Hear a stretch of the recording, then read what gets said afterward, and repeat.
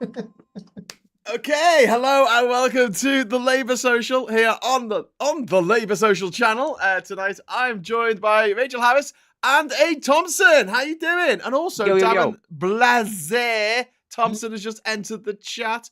Hello, Darren. Darren, can you see us? He's coming in. We were just hanging on for you there, Darren. He's just connected to the audio. Hello, everyone out there in YouTube land. How's your Friday night? Let us know in the chat. David says, even in the 13th century, the Tories supported a version of democracy. If the present government are not willing to censor Truss, we need to assume they will not defend parliamentary democracy. So straight in there with Truss. So Truss appeared this week on CPAC, the Conservative Political Action Group Committee in America. And the first person on stage said, I want to destroy democracy. And then Liz Truss got up and she said, the reason why I'm not Prime Minister anymore and none of my ideas worked and I blew a £425 billion hole in British pension funds was because of the woke agenda and transgender people. You're welcome. We all show our appreciation for Rachel for destroying Truss. I mean, what does she think? How does she think the world works? It's just it's maddening, isn't it? I know this Zeppelin is this is Liz Truss's me. Do you think that this is something that we need to talk about? Do you think this is something that we need to discuss, or do you think we should ignore it? It's always fun to rip into her, isn't it? Like, I mean, it's like, yeah, but people thought it was fun to rip into Hitler when he was just a failed artist who went to jail. Are you suggesting that if we rip into her and roast her a bit, then it might aggravate her further and she'll become a dictator? Because I don't think that's on the cards. No, it's thinking that people are so ridiculous. If we ignore them, they'll go away. Didn't work with Trump. Didn't work with Farage. Didn't work with Boris Johnson. What is the solution? Actually, maybe that's an interesting area, because you're right. If you ignore this type of person, they don't tend to go away. No, we are on the cusp of voting the Tories out, so that's at least a step to want to achieve. But they won't go away. They won't give up. They'll still be there on the sidelines, nipping away, funding their lobby groups and think tanks. Well, how do we? I guess what I'm saying is, how do we round them all up, put them in a shipping container, douse them with kerosene, and fire them into the sun? How do we do that? You're channeling Kenny Everett there. It's like, put him in a field, round him up, and bomb the bastard. Well, wasn't there a big bomb that was taken through the streets of, where was it, Portsmouth or somewhere today? There was a massive bomb for the World War II, and they had to go blow it up, and it was like a bit touch and go because it was so big, and they had to take it through the streets, and they were like evacuated. Was it Liz Truss's big bazooka? It was her big bazooka. She wanted to take a big bazooka to democracy. That's why we need a bigger bazooka, she said. Yeah, I'm amazed, right, at how weak Rishi Sunak is. Because if I was him at the moment, I just wouldn't care anymore. Do you know what I mean? If anyone looked at me funny, I'll take the whip off them. Because who cares? They're going to lose their job in a few months anyway. Yeah. I was thinking that, like, he's completely neutered, isn't he? Like, why would you, if you're the Prime Minister of the United Kingdom, like, why wouldn't you stand up and go like, look, I have worked with Liz Truss. I respect her in these particular areas that we shared, blah, blah, blah, blah. However, I think she's gone off the deep end. She's obviously batshit. Like, you would try and distance yourself, wouldn't you? Or is that just too politically volatile for him, given the crazies that he's got in his own cabinet, people he's not trying to irk, like Suella Braverman? But it's not like she's in the government. She's just a backbencher. She's a backbench MP standing up and saying we should get rid of democracy. You know, I mean, like, isn't that like, I don't know, Toryism 101? You don't say the quiet bit out loud. Yeah. Is he going to get rid of democracy? Well, they're all on the Titanic, and they know it's going down by their head. And although Rishi was at the back, they're all rolling down the front with all the mad people now. And so he's forced to be with Liz Truss and all. They're all bunched together trying to climb back up, but they're all at the bottom now. And she's only over there raising money. That's what she's doing. She wants to bring that form of conservatism back to the UK. She needs money. They had their art conference, they've had their Everett Frood conference, Heritage Foundation spreading 50 million all over Europe in elections.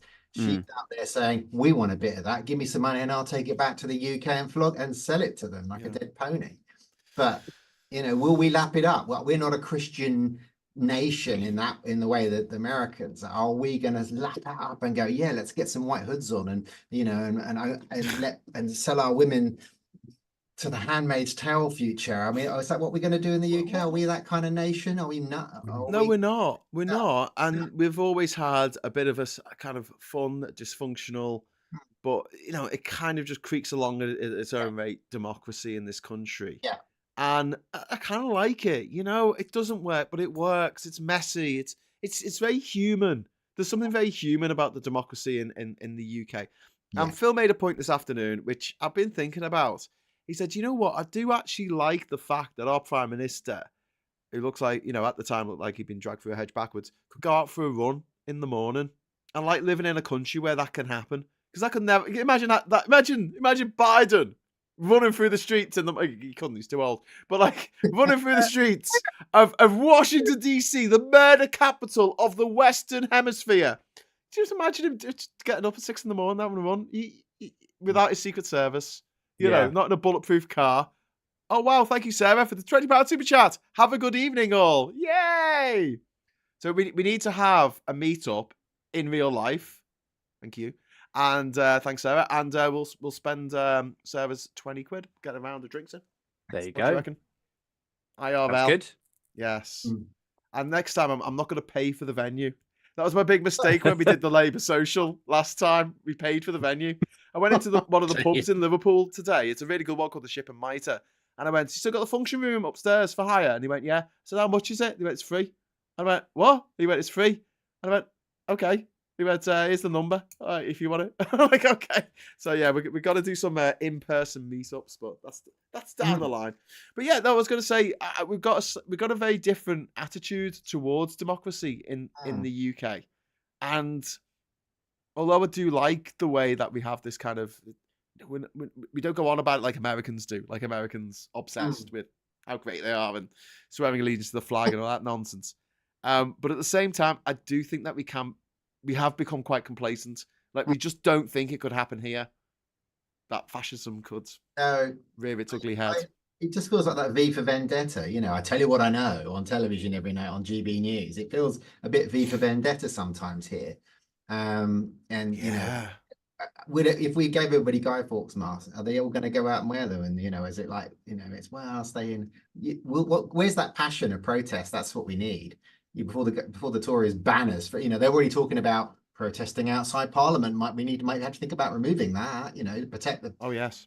And that sounds. And protect the statues, Rachel. Yeah. Not the people. Fuck the people. We've got to protect the statues. Oh my God! There's just been £100 super chat that just went in. Wow. Oh my absolute God! Thank you so much, Johnny Copperhead. Woo! There you go. There you go. Bunch of rounds. Thank you very much, Johnny. Wow. That's so kind. That is so generous. Thank you. People in Norfolk keep voting for Truss, which I think probably says more about people from Norfolk than the Trussocki one. What a bunch of conservatives. Conservatives. Thank you very much, Johnny. Yeah, normal for Norfolk. I've just subscribed to what's his name, James Bagg, who's running the Turlet Taliban against Truss in Norfolk. Right. What are they called? The Tulip Taliban? The Taliban. What is that? Well, he's a farmer, and he wanted to be the Conservative candidate. She came and she was flown in. He is really upset about it. And he's got, that she's so out of touch with farmers, agriculture, that whole. And he's saying, right, I'm going to stand as an independent. He's ex-army, he's ex-this, ex-that, you name it. But so he's trying to get a load of independents, people to get him in and vote against her. He's got some headway. I've subscribed to his website for his newsletter, so I'll see what. Yeah, I was thinking earlier, like, so while she's swanning around in Washington, giving speeches at think tanks and CPAC and all the rest of it, what are her constituents thinking? Because we've sort of touched on this. Her constituency is up in Norfolk. It's in the middle of like rural bumblefuck nowhere. Like it's super Tory, super true blue, safe blues constituency seat. But if I was living there, I think I'd be a bit pissed off if my local MP was like, off cozying up with Steve Bannon, getting all into the culture war stuff. Like, I think if I was a Conservative voter out in rural Norfolk, I'd be like, hang on a second, like we literally never see her, and Yeah. maybe I would be Yeah, but you susceptible want to to. her. Do you know what though? I mean, I saw a poll, and you can't really take a snapshot a poll and just on its own. But it was saying that only about 5% of rural votes are going to go to the Tories this time around because people in rural areas are so pissed off with them, and I Yeah. can see why. And the one that like just blows my mind is the Tories have made it illegal, pretty much. It's not illegal, but there's a moratorium on it. On wind farms, onshore wind farms, telling farmers they're not allowed to put wind turbines on their own land. And Liz Truss, the farmer's friend, she said the most depressing thing she's ever seen, ever, isn't a baby dying in the arms of its mother. No, the most depressing thing she's ever seen is a field full of solar panels. Yeah. The farmer wants to fill his their field with solar panels. They can bloody do that. It's their field. Well, it's so sort of like obviously corrupt because when you think of like the machinations and the sort of the attributes of what conservatism is supposed to be, it's supposed to be small government, small state. We'll stay out of your business. Libertarianism. You get to do whatever you like. We get to do whatever we like. Deregulation, and then you've got Liz Truss going like, yeah, I think it's okay though if the state reach in and tell you what you can and can't do on your own farm. Yeah. Nutty. What are you playing at? Yeah. And they're supposed to be the big defenders of democracy. They're supposed to be the bulwark of democracy against the Soviets who are going to try and take it away and force us to all eat the same food every day. Well, I think the thing with have communism. The guy that was giving the anti-democracy talk, I think the reason that is maybe attractive is the wrong word, but the reason that's sort of gathering steam in some quarters of republicanism, for want of a better word, in America, is because things are getting desperate. Like people are getting broker and broker. Yeah. Oil, gas, everything's getting more and more expensive. People are getting to the point where they're like, well, hang on a second, like, this country over there don't seem to be struggling and they're a dictatorship and these guys over here, it's authoritarianism. And we've got this soft old guy in the White House. And like, why can't, maybe what we need is a strong man. That makes sense to me. So then when you have somebody up there on a stage saying, look, we tried democracy, but maybe now it's time that we, the rest of the world is dictatorships. Maybe we try something similar to compete with them. It kind of, you can see how it might resonate in some minds. Yeah. I think it's like Brexit. A lot of people were suffering under austerity. They just wanted to break the machine and they voted Brexit just to fuck a lot of people off. And it's a bit like that with a lot of Americans. As you say, they're suffering and they're just like, well, let's go for, we're not doing well under the Democrats and we have Trump seems a good, mind you, they can't, that's a short memory because he crapped on them for 4 years before. Yeah. Oh God. Pain has no memory. That is just bizarre, isn't it? That like Trump did as bad as it's possible to do. He didn't just lose the presidency. He also lost the House of Representatives and the Senate in 2020 against Biden. He's not like the strongest of candidates. No. And and I thought that was the end of him. I have to be honest. I thought that's it. He's done. They're not going to have him back. And here he is, facing 4 different criminal investigations, criminal courtroom dramas, 91 indictments. 91? Sorry, 4 indictments, 91 charges. Well, Liz Cheney blames Kevin McCarthy because he was cut off. The Republicans were distancing themselves. And then Kevin McCarthy flew down to Mar-a-Lago. Oh, he's suffering. And then please bring him back. Let's rehabilitate him. And I think it's funny how that lot are so forgiving when it's one of their own, but when it's someone else, they'll never be forgiven. Like Nigel Farage is still going on about Gordon Brown selling off our gold too cheap. Oh my goodness.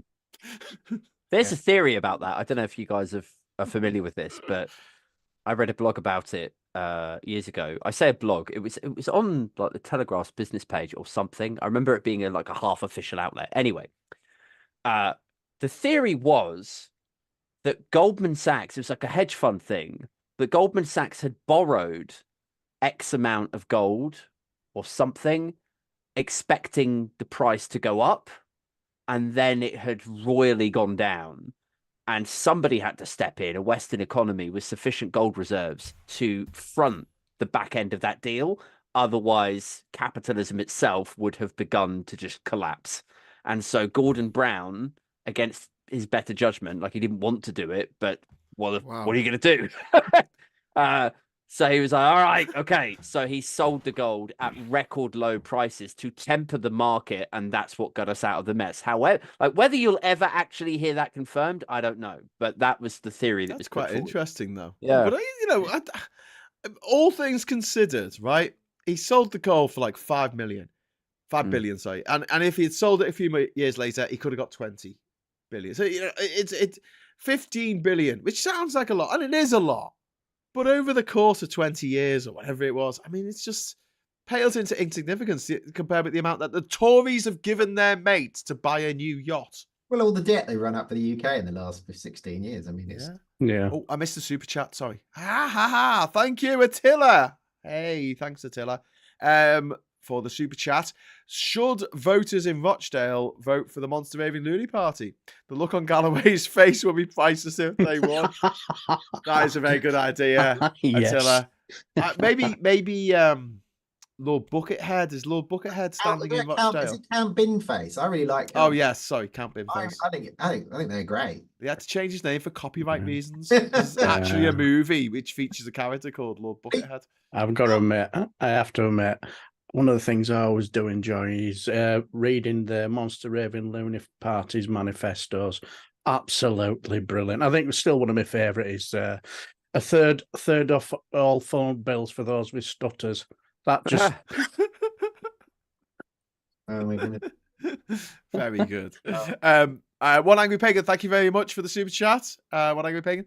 Along the lines of my division comment for the agenda earlier, it's worrying that at a time when unity is needed, voters are never more divided.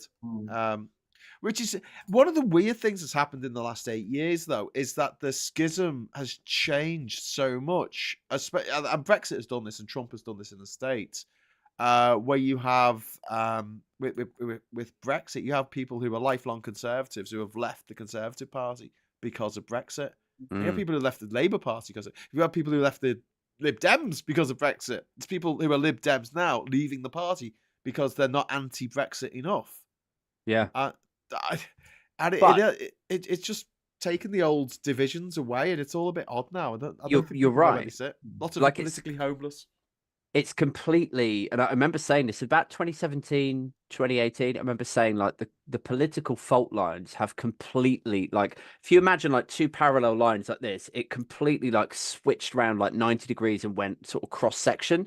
So you had like old school, like Northern Labour voters who were then considering Brexit, as well as home counties Tory kind of voters who would then flip to Remain and kind of pivot and sit more like left leaning. And the fault lines never really like switched back. It's only really maybe in the last 6 months that I felt like the Brexit argument has kind of like settled down a little bit. Like it's not top 2, 3 priorities for most people. Most people now are like worried about the cost of living crisis, what might escalate out of Ukraine, and maybe the repercussions from Gaza that might hit us in like, sort of 2, 3, 4 years time. Well, I mean, I always think, well, Brexit's getting better because we're all living under Brexit, and even people who voted Brexit are going, hang on, this was right, this doesn't work. People who voted for it because they thought they were going to get the money, they're going, well, that hasn't worked. And then a lot of people who voted for it are dead. Yeah. Thinking, it's tipping back. But also social media, cutting that has, that meeting in the middle, that whole being, the hands across the aisle, that has eroded as well. So the coming back has not come. It's not coming back in a way where there's a bit of glue in the middle, because social media is unraveling. Conservative against Labour, Republican against Democrat, men against women. Now we saw in that incel survey. LGB against trans, women against. I mean, it's the social media is pushing everything apart. It's unraveling at the bottom, And that's Yeah. that for me, clear and present danger is social media. We need to do something. I'm not saying control it, but we need to do something because it's Rachel, what was the thing this week on Channel 4 about a guy who was going to be a woman because oh my they thought god. that their life Oh would my be easier? god. Like what I what the fuck? transmaxing, if that's a That's a I- thing. Channel 4 are That's doing like something that Pokemon do. Transmax. I just thinking. So there's this incel called incel group of guys that have surgery to make their jawline bigger, or they muscle up, or they do all this stuff to make them hunky guys so they can abuse women and be the best guy ever. But there is a group of incels that can't do that. So what they do is they go the other way. They go, well, I'm quite small, I'm quite gentle, I've got feminine features. So they have surgery, they have breast implants, and they're not trans, they don't have gender identity, they don't want to be a woman, but they want to look like one for perks, free drinks, people opening doors for them. And this to Channel 4, go find out this tiny minute group and make It's like 2 people on the entire planet, isn't it? which is like, hello, gender critics. This is going to hand you another big argument for you to attract trans women. Thanks Yeah. for you're doing so great supporting the trans community. This is Channel 4 of Benefit Street. Oh, jeez, and it drives me. And then didn't help that Politics Joe then went and amplified it, and the guy made it. So that after I've been watching PJ for a long time, and it's like, fuck's sake, what are you doing? This is not a thing. And if it is a thing, it's so small, I wouldn't even mention it. And so, now the gender critics are going, there you go, that's what it is. And that really, really makes me so angry. And that made a lot of trans people that follow Politics Joe, you go and look at the threads of that interview, the comments underneath where Ed interviews the director. They're not Will, my community. And I left a snotty comment. I'm not surprised. Yeah. But yeah, Channel 4's got a bit of a history of doing this, I think. Because Well, they do you did remember the worst thing Channel 4 ever did? Which, in my opinion, mileage may vary, was the great climate change swindle. Oh, They yeah. actually had a program that went out, and it was one of these absolute lunatics who got an hour to himself on national TV to say that climate change wasn't happening. With no evidence whatsoever, And it's like, what are you doing, Channel 4? Oh, we've got to let the cranks out, we've got to let the... Well, but that's the way. It's like 99% of the people in the world, you think Brexit's bad. 99% of economists think Brexit's bad. But we've got to bring on bloke down the pub to balance. And that's what Emily Maitlis said, wasn't it, when she left Newsnight? Or Christopher Biggins, if you GBBs. Really? Christopher Biggins. For a time, is he a real person? I thought he was better like Bernard Cribbins. I thought he was just made up and lived down the bottom of the garden. Apparently for a time, their Brexit spokesperson was Christopher Biggins. Wow. Christopher Biggins. Is he an MP? Was he an MP? No. He's that. Would he on Graham Porridge, right? Christopher Biggins, the guy in Porridge. Yes. Yeah. He was in the Rocky Horror Picture Show, and all that stuff. I met him once.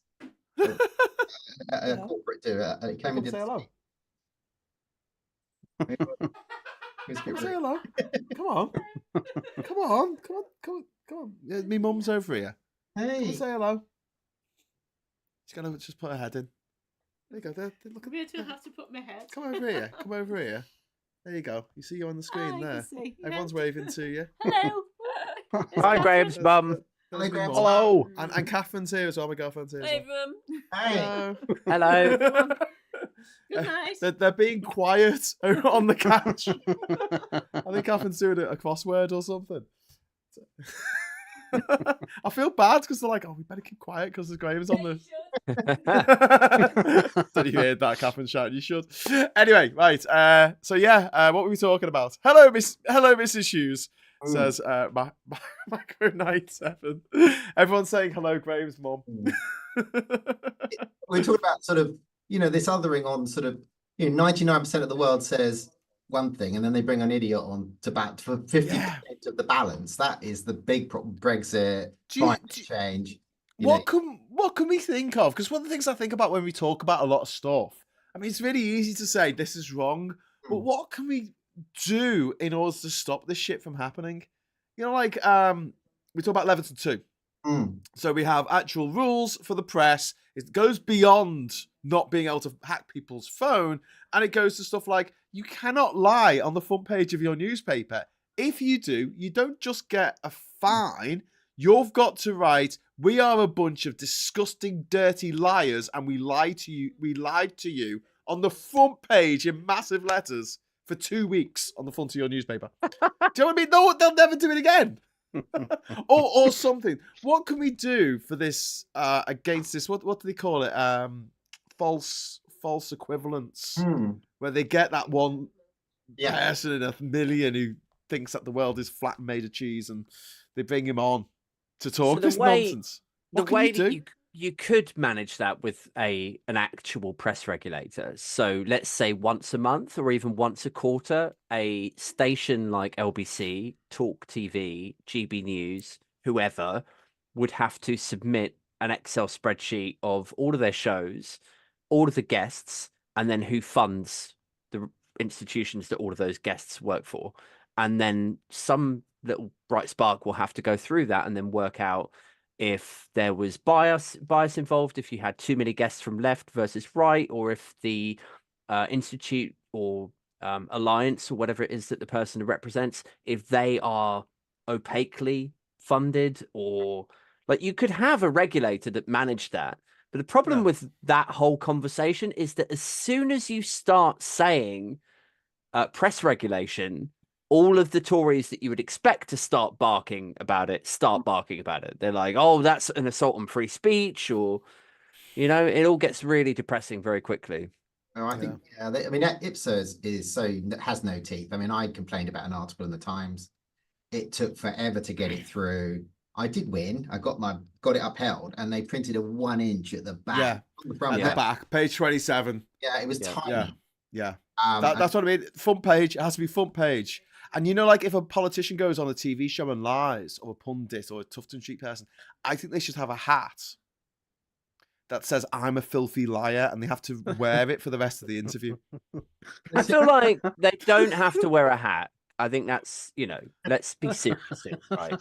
They don't have to have a hat. They do get invited. What's wrong with wearing a hat, Adrian? Okay. This is what I'm saying. It's a bit but I think when they come back on the LBC panel show or Talk TV or whatever, they get slapped every 30 seconds with a wet kicker, with a wet fish that's been on the radiator. The image of a politician having to wear a hat that says "I'm a filthy liar," that is a meme right there. Everyone will share it, and no one's going to vote for them again. Talking of that, Puninator, thank you very, very much for the super chat. Mum, Puninator says, "Hi, Graham's mum. Lovely to see you." So you got a fan. And loads of people in the chat are saying hello. And to bring up the mood for the guests, here's a fun question. Which Tory do you look forward to seeing the back of? Mine is Hunt. Just before I go into that, number 3, thank you very much for the £2 super chats. How does harm occur under any sensible government? Well, exactly. I mean, the government's there to protect us from harm, from various things. But Puninator, who are you looking most forward to seeing the back of? No, seeing lose, seeing them on the podium or the platform or the stage in a leisure centre at 3 o'clock in the morning. Who Aid first? Who do you want to see go? Like who's you most excited to see out of here? Right. So there's 2. For different reasons. First one, my local MP is a guy called Leo Doherty. I've written to him about 2 or 3 different things, and I've never received a response. So fuck him and his ashamed ancestors. Then, more nationally, Jacob Rees-Mogg, because he's Devon. It's rural. He's how could you not enjoy seeing him? Even disappointed. I hope he cries. But it's a bit of disappointment. I would be like, oh, this is better than any pornography I've ever seen. Yeah. Oh, it'd be fun. That'd be a good night for me. We've got some love coming in, not for Rees-Mogg, but the idea of Rees-Mogg getting kicked out. Rachel, who do you want to see the back of? Who do you want to see cry in a leisure centre at 3 a.m? Well, I'm trans. There are 4 on my hit list. Obviously, Miriam Cates, Yes. Kemi Badenoch. Yes. Got to go. Liz Truss. I mean, those, the rhetoric from those alone are just putrid. I mean, obviously, I think everybody in the planet would like Suella to go. But those three are, just the worst. So Horrible. Kemi Badenoch, though, to be fair, she has met with several LGBT groups. Yeah, but no. No, she T did not. is definitely missing. Only there was no lesbians, gay people, bisexuals, transsexuals, intersexuals, queers, or asexuals, or pluses. She met with But transgender. apart from that, she definitely met with these groups. She met with transgender trend, not pro-trans. She met with Sex Matters, definitely not pro-trans. Definitely not fun. Yeah, And GB. the dreaded alliance. Hi, Scott. How you Hi. doing, mate? All right. Nice to have you. I'm sorry. Oh, Have you been Scott's setting up here. your router, or as you Americans adorably say, your router? Have you been routing? It was a route, I tell because you. I'm having connection trouble, right? Yeah. But do you Obviously, say, it took an hour. Scott, do you say route or route? Root. You say your router, Yeah, router. and you say Route 66. Yeah. Good. Looking over the hood and not the bonnet. It's an inconsistency with Americans. They say router, or you have to take this route, but they also say Route 66. Well, I'm gonna walk down the sidewalk. Yeah, no, that's fine. That's fine. It's a different word. That's a different word. And, No, it's and inconsistency look in at how the- you under the say hood of my stuff depending on the car. situation. Hey. The other Well, one is my Nissan. the other one is do you say Caribbean or Caribbean? Caribbean. Okay, what's the name of the film with Johnny Depp where he plays a pirate? Pirates of the Caribbean. No, it's Pirates of the Caribbean. No, it's That's Pirates how of that's how all the Caribbean. Americans I met say it. They're wrong. They are wrong Fuck because it's them. Caribbean. Fuck No, everybody. Stop making fun of my accent. everyone's wrong but me. Yeah, I wasn't don't making mention- fun of your don't mention accent. I aluminium. want to talk about who I want to see the back of. I don't mind aluminium so much. There's a bit of a history of that. Aluminum. It could have been either. I think it was Humphrey Davy who was it Humphrey Davy when he first wrote the word for that chemical element. He wrote aluminum, Aluminum. and then when he got like spell checked by his editor or so. There's a whole story about it, but either's okay as far as I'm concerned. So thank you for your permission. Yeah, that's okay. Let's talk about the people I want to see the back of. Yeah, go on. We've missed Pretty, Darren, but we'll come back to him. Patel. Sorry, who? The Wicked Witch of Westminster, Pretty Patel. Oh God, she's the worst. Gotta go. Actually, she's not. the there's a lot of them. Jonathan All as bad as Gullis. each other. Oh my God, I want to see Jonathan Gullis cry and cry and cry like a baby. And the idiot with the mop wig. Oh, oh, Fabricant. Michael Fabricant. Fabricant. Michael Fox. Sir Michael Fabricant now. Oh, Yeah. It's less important for him because I don't think he's already in the House of Lords, isn't he, or not? No, he's just knighted, Oh. isn't he? Oh, She's okay. knighted. I he say was just. knighted? Oh my God! Did they knock off the wig when they pulled the sword over? Yeah. That would have been hysterical. What The is it thing- about? You know, Does it Who get makes paid- those wigs? Why are they allowed? Does it get to paid do for that? Does it get paid double for the wig as well? They should Certainly take not. his wig off and then spit in it and then put it back on his head. Well, The that's thi- what the he thing- does when he styles it, because it's so matted and awful. Like, So when I lived in Panama, you could hear the howler monkeys, the Jonathan Gullises. They would wake up at about at daybreak at about 6:30 every morning, and you could hear them from miles away. And the thing about howler monkeys, and you get told this if you travel around Central America or anywhere where there's howler monkeys, don't ever walk too close to them, because if you get a bit too close, they literally poo in their hands and throw it at you. no, just like Jonathan. And that is Jonathan Gullis. I think that if you got too close to Jonathan Gullis and he Shit his felt hand. threatened, I think that will be his I don't natural think he's throwing response. at you. I think he's too stupid. Yeah. He just clapped. Yeah, throw a curly whirly at you.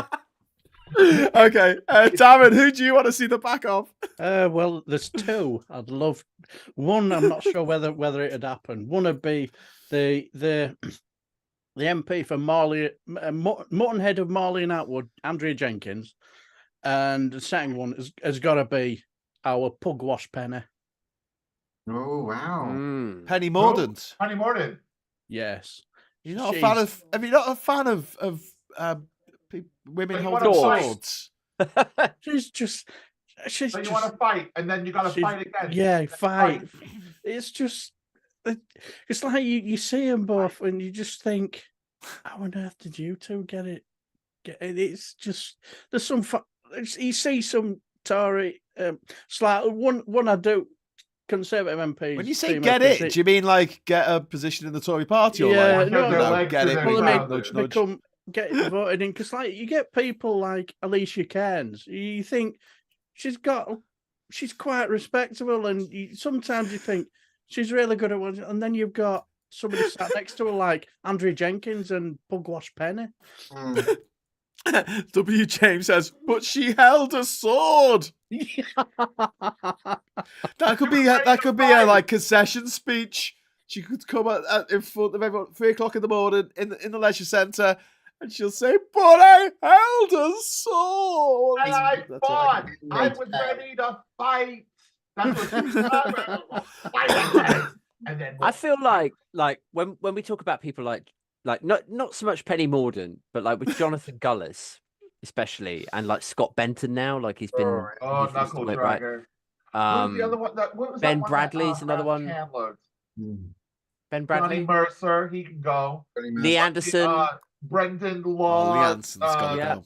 But I feel like with Tross, this Sunak. sort of ilk of Tory, I'm going to enjoy watching them get voted out of the sports centre at like 2 a.m, etc. However, I shall reserve my most joy for the weeks after that, when they think that they've made inroads with the Conservative establishment, and they think they're going to get hired into like this board role or that think tank or this lobby group, and they go knocking on doors. They're like, "Yeah, do you remember me? I was the guy that said that. Anyway, have you any jobs going?" And all of those doors shut. They'll just be like, "No, you're not one of us. You're Do you know what? you're a fucking idiot." I just had a thought. Do you know what I'd like to see? A bit of interest, hilarious. You know, when it comes to election, when it comes to Lee Anderson, once he's booted out, I'd love to see everybody in the whole sports hall to start sniggling. Oh yes. Yes, a communal harmonious, like harmony, like I'm a C sharp, you're an A, like we're all communally. Yeah. Everybody, all the plebs will be sniggling. Oh, Lee, you're one of us now. You're one of us now. You've joined us now. It was there was another 2019 intake one, wasn't there? That was horrible to tan after Glastonbury. Brendan Clark Brendan Smith. Clark Smith. Oh, there's Mark yeah. Jenkinson as well. Yeah. Ugh. Brendan Clark Smith is particularly noxious. Yeah. There was a picture of him wearing a surgical mask Yeah. over his privates that got circulated on the internet. Yeah. Everyone thought it was kind of funny, and he threatened to sue Russ Jones, who does Russ in Cheshire, and Subatansky. We were just talking about Subatansky. We were just Hello. talking about you. We were just talking about you. Yes. Wait, you just appear. Wait, We were Tan's saying not- what a wait. cunt you are. I mean, we Wait. were talking about Scott. Oh, hang on, wait. Tan's on. Sorry. Oh, fuck this. Oh no, Aid's gone now. Tam, what did you do to Aid? He's gone off to get another beer. He's run off like a Tory that lost an election. Are you alright, Tan? Yeah, I'm all right. Just made me cough, you dicks. God. We were just talking about the Tories that we most wanted to see lose. We wanted to watch them cry at a sports centre. And we just mentioned Brendan Clark Smith, who was particularly horrible to you. Who we want him out. Who do you want to see at the back of? Johnny No, Mercer. sorry, not the back of. Who do you want to see cry in a sports centre? Oh, it's cry and run now, isn't it? Because they're all legging it off the podium as soon as. They do. They run away like Aid did. I would say it's like particularly personal with Brendan Clark Smith. Definitely. But there's just too many to choose from, man. Hard. We've covered So many. most of it so far. I'm just trying to think about who I really, really fucking hate, but I really fucking hate them all. Johnny Mercer as well, and his bitch wife. Who? Johnny Mercer, isn't it? The one that came for you and his horrible wife. Oh, he came for board. He regretted that. Yeah, like He came for you. Remember, he came. His wife was like harassing you, wasn't she? Yeah, but this is what we've become now, isn't it? When they're kind of like attacking members of the public just for calling them a min. Very super viral. No, but they don't know who they're fucking with. I don't know why they bother, because they just go every single time. I'm just trying to think. Jenkinson, I think it's something Chris Jenkinson, the guy that looks like Sloth from the Goonies. Mark Jenkinson. Mark Jenkins. No, is it Mark Jenkins? Yeah, it is. He does look like Sloth from yeah. Absolute shithouse. Really, really sexist to like loads of women online. Like got a real thing for coming for women. So, but there's a number of them. There's a few of them where it's personal and we're going to focus extra efforts on them. This is stopthetories.vote. Tactical voting. Yeah, We're going to make sure that they all lose. Like, we want every single one of them out. And it's not even a question of like, oh, let's get them down to 80 seats. No, let's get them down to 0 seats. Let's just destroy the Tory party forever and ever. Amen. Be humiliating if we can manage it. Like, that's our aim, is to get them in third, at least, you know. I want a front bench on the opposition side to be Tories, and then everyone behind them are like liberal Democrats. Sorry, guys. I've got to stop because we just had another monumental super chat for God. Johnny Copperhead. Thank you so much. Really? £100. £100 super chat, people. Thank you, Johnny. You are totally awesome.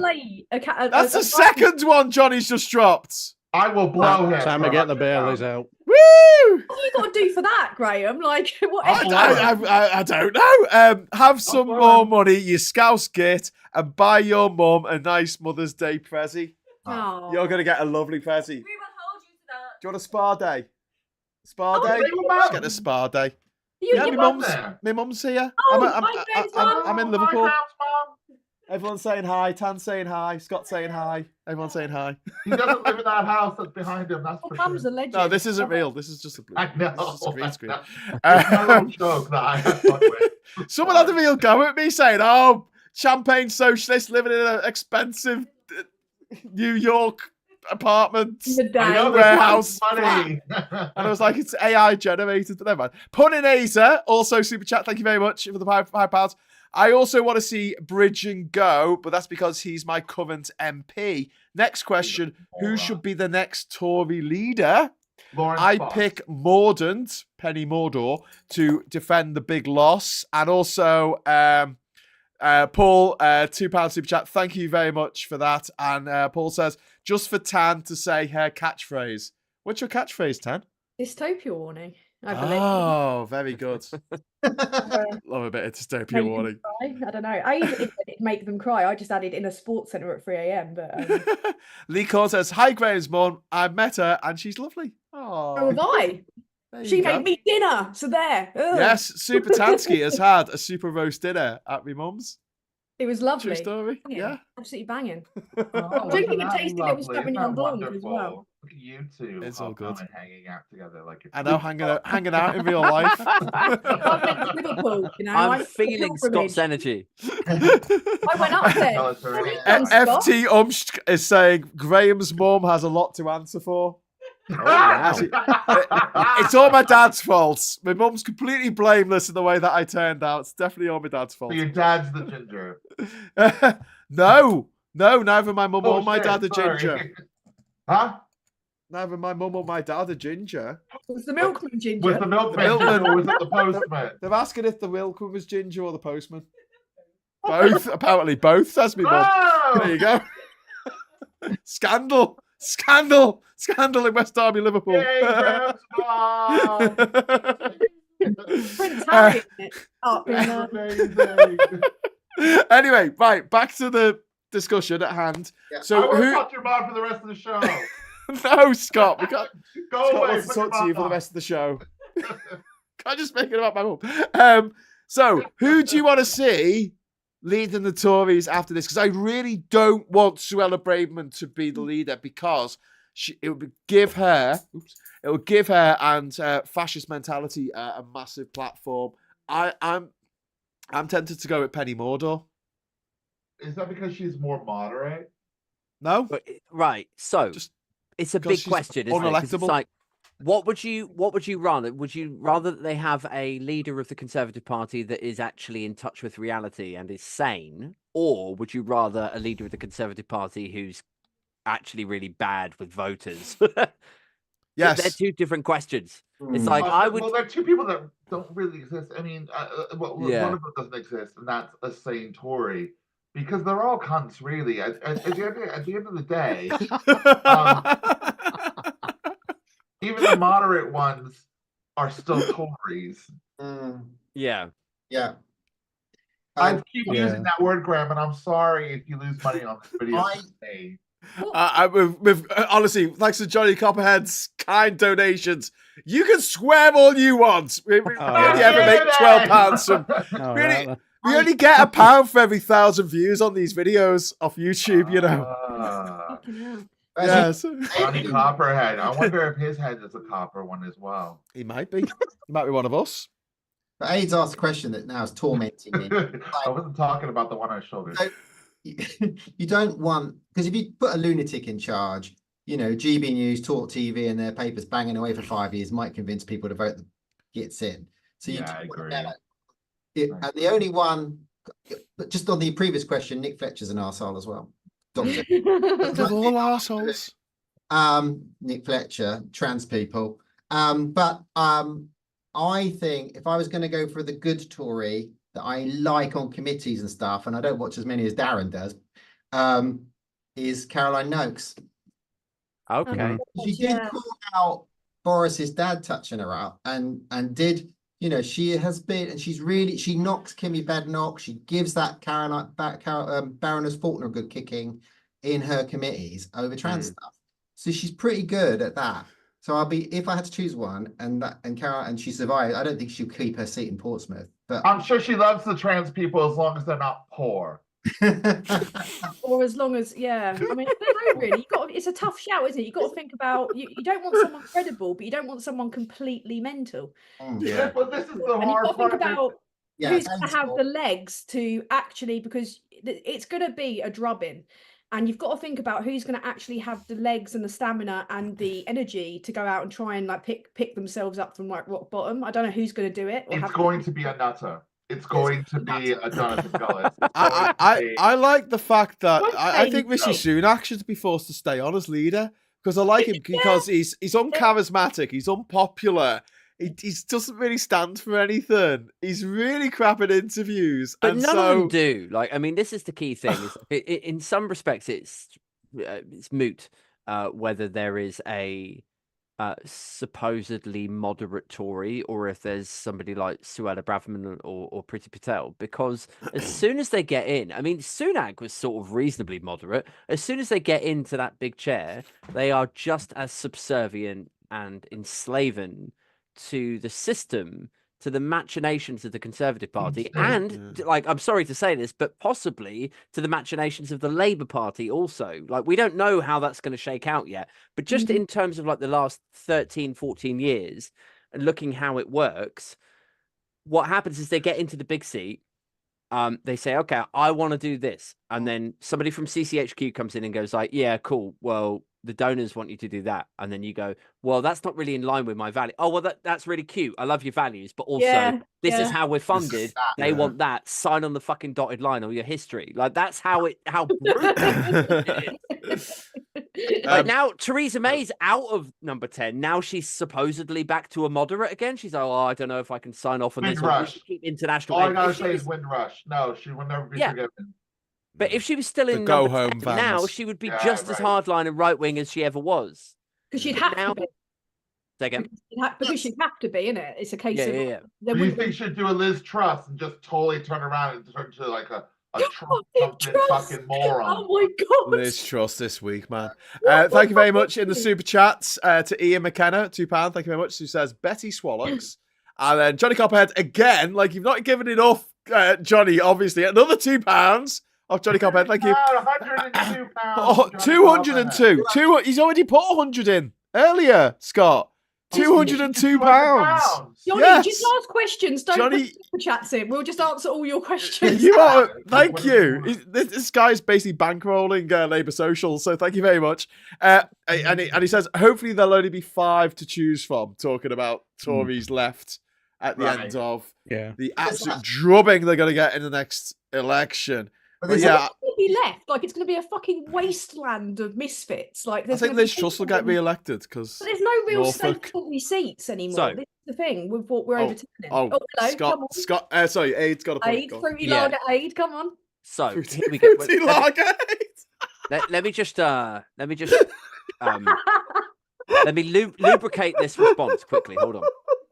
What the fuck? Adrian Racing. Fruity Lager Thompson. Right. So, You should have that on your business card. unfortunately, there are still safe Tory seats. So Liz Truss is one, Suella Braverman is one, Kemi Badenoch is one, and I think probably what you'll see is the 2019 intake will be largely wiped out of the It's Conservative coffee. Party. Tastes coffee, sir. Yeah, but I think you will see sort of a constituency, not in the parliamentary sense, but in a group of people sense. I think you'll still see a constituency of mad hatters, lunatics, and unfortunately, the people who throw their hat in the ring willingly, forthrightly, tend to be somebody like Suella Braverman or Kemi Badenoch. So it will be one of those people, the worst type of person who never should be considered for the leadership, who will go for the leadership. Then surely at the same time as well, right? Someone like so completely batshit that when they come up against Keir Starmer at a question time, for example, they're going to show themselves up to be the nutcase that they are. Yeah, you know. Badenoch always thinks she's the smartest person in the room, and everybody else in the room knows that she's not. And Yeah, got just like such- the Marjorie Taylor Greene of the world. You know what I mean? Yeah. You know, let them actually dig their own hole. You know. My fear with that is that she will stand up there. Let's say she is Tory leader. She stands up there, PMQs. She asks Starmer a question. Starmer answers it, dismantles it surgically, all of that stuff.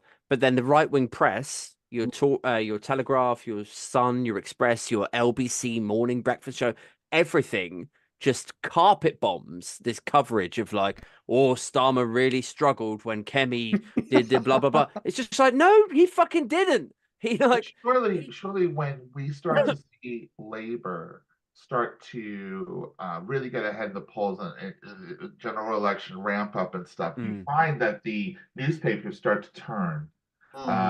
Will there be the same amount of right-wing press that there is right now if the Labour Party gets? Oh no, they will still get slated. They'll just turn before the election because they can't, go against public opinion that much. But Right.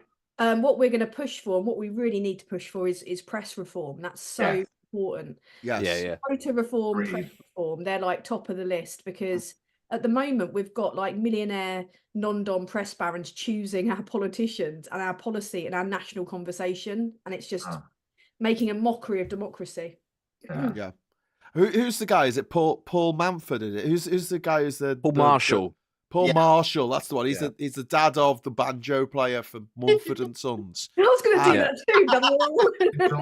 that too. And what's his name? Paul Mumford? No, Paul Twat. Paul Twat. Okay, the lead singer? No. The person he is a major Tory donor. He's funded the Brexit Party. You're talking about Delingpole, are you? No, and GB News. He's a big funder of GB News, and he's looking to buy the Telegraph. And it came out this week that he has a private Twitter account, and he has retweeted a shitload of very, very, very disgustingly racist, bigoted, homophobic tweets. Yeah. Oh yeah. I don't know Sorry, why. Aid, what's his name? Singer of the Mumford and Sons. Marston, isn't it? Marston? Or something. Marshall.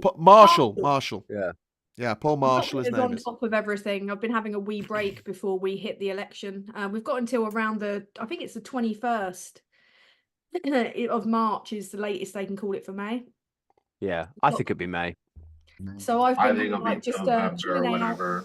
Well, you're wrong, Scott. Well, you know what? I might be wrong then, eh? I He just might want be it to wrong. be I over. just wanted to be heard. All right. It'd be nice for the summer with. I don't think Sunak will last till November anyway.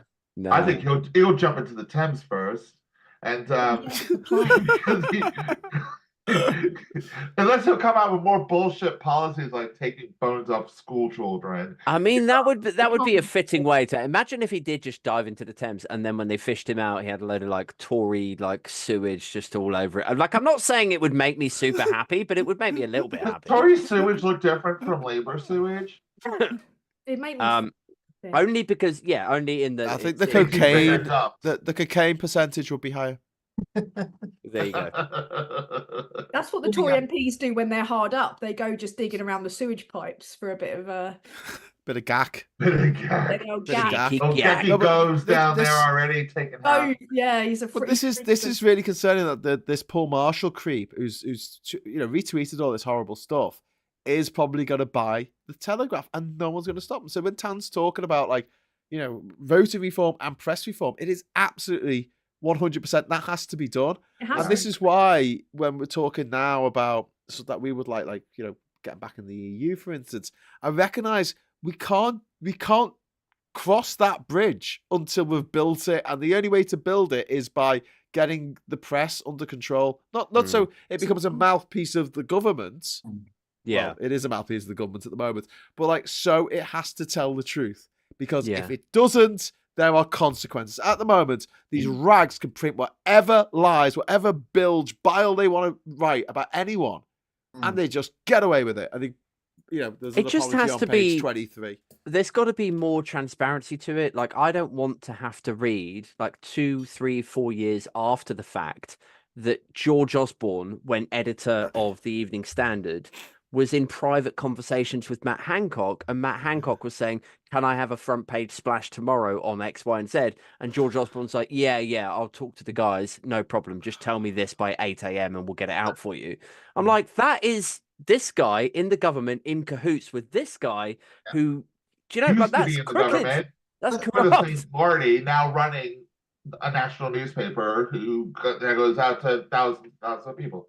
But I think, the problem, it's not just the readership of all those papers is falling. I mean, a lot of them are not publishing their readership. It's how we use that. I mean, you think of all the influencers, you look at you add all your followings up and Phil Morehouse. And wins. You've got more than the readership of the Telegraph, but it's because people still bring it into the BBC, go through the papers in the morning, and but it's AIDS doing an alternative paper review. Which is Just great. giving Hey, advertising hey, to them. It's hey. all AIDS' fault. yeah. I'm just trying to give a bit of balance. Like they all take the Express and the Mail and the Sun at like face value. They're like, Centrist dad.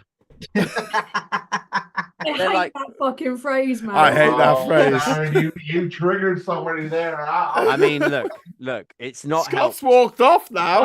Look what you've done, AIDS. It's Scott's not a hard That's enough. how you make him fuck off. You listen here, It's not helped by the fact that I am probably closer to the center than most of us, and I'm a dad. So I'm Yeah. like, And you're a dad. Yeah. You're actually a dad. Actually, a dad. Welcome to my world. Rebrand yourself as centrist daddy. yeah, maybe. I Oh will. no, that makes it even worse. It does Oh make it even god. worse. I'll get No, more I subs. hate that. So I that's- hate that. Subs, bring a whole new meaning to the word subs, wouldn't it? I Um, can't imagine you like dominating I'm anyone. a centrist daddy. oh, hey now. You're way too calm for that shit. You're too moderate, I think. You just Well, I be like, don't know. I'm only on my 4th beer, Tan. I mean, the night is young. yeah. The night is young. So, What the fuck are we talking about before this? well, no, we were talking about Right, which well, we were talking about which politicians we were looking forward to losing their seats. Then we were Oh, talking about who yes. we wanted to be leader of the Tories afterwards for whatever Oh, reason. fuck that, yeah. Andy Thompson has just dropped in a £5 super chat. Thank you, Andy. I'm going to read this out. Gullis will lose his deposits and still turn up in the House, as he'll believe he actually won if you took all the woke votes. If you took out all the woke votes against him. Imagine he got like carted out, like they're kicking him out, and he's like screaming at the door, "We're karate, tofu!" She goes to the gym. I just love the idea of Jonathan Gullis, the Howler Monkey, in Parliament Square each morning, like opening it. His mum's like wrapped his sandwiches in tin foil. He's opening it up and he's sitting there going, "I'm a politician. I'm a real boy. I'm just wondering if Gullis can keep hold of I'm a real that MP." bulletproof cling film as well. You if, know what, Oh my that's God. the most Oh daring. my What? God. Mr. What? That Hartman. Jonathan Gullis is actually reproduced and has children that call him dad. Oh, Yeah, Oh, and God. just think how scarred those human beings are going to be when they get older and they see what their dad was. Yeah. That is the question that I want to ask all these I was knobheads. just about to Why say do something you then, hate Scott. your children so much? Why do you Yeah. hate them? And they'll be like, "Well, what do you mean?" I say, "Well, like when you cark it, people are going to celebrate, and your kids are going to have to see that." yeah. Well, it's Everyone that. else is like, "Oh God, this person's died. That's really sad." You know, even you didn't know them personally, but you knew their work. They made you laugh. They made some good movies. They wrote some good songs. But when they die, people are going to be climbing up on monuments and setting But off when his firecrackers daughter and stuff. turns into a trans gay man, right? They will be celebrating his death, but then the other child will be upset and sad. Oh, I'd love it if that was the case. You know. Yeah. Oh, I want all their children to come out as trans people. We took out Liz Truss. All the kids are coming out as trans. That's what we're doing. It's how Yeah. we with our secret cabal. Yeah. Well, Yeah, this is just it. out of Did you interest. hear about this lesbian bar opening up in London? I know. And Only accepting biological females. Bitch, I hope the biggest group of trans men show up at that fucking bar.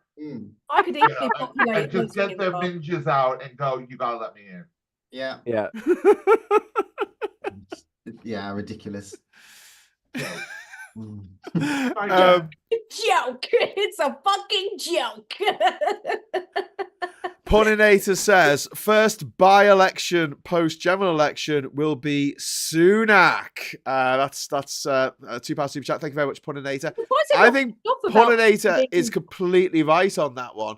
Because I think as soon as this election's over, he is on a plane to his forever home, America, California. He'll be going to that school where he gave £3 million to, and he'll just be hanging out the school gates like a weirdo. And people go, "Have you got kids at this school?" He'll say, "No." And then people go, "That's really weird." No, let's just think he is the kid because he's like 5'6". So that's just probably what class are you supposed to be in right now? Exactly. He'll be Not telling the me free period.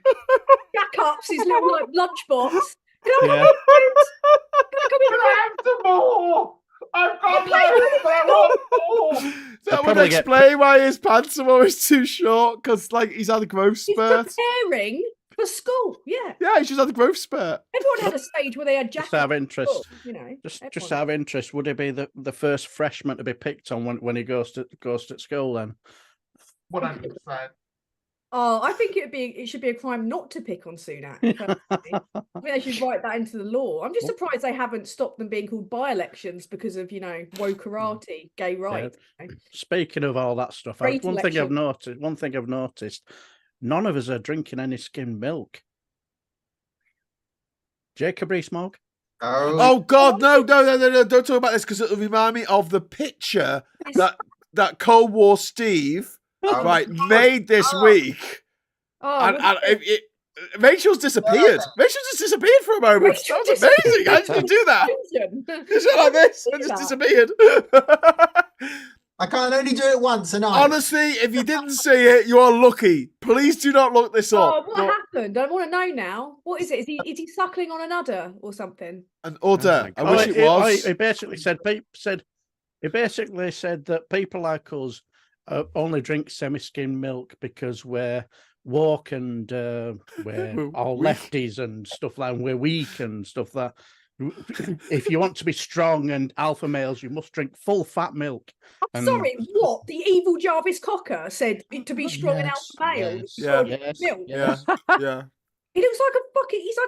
He's So in response, Cold War Steve put a picture up Of what? of. Can I use the word Of, bitty? And do you know what? Do you know what that yeah. refers to?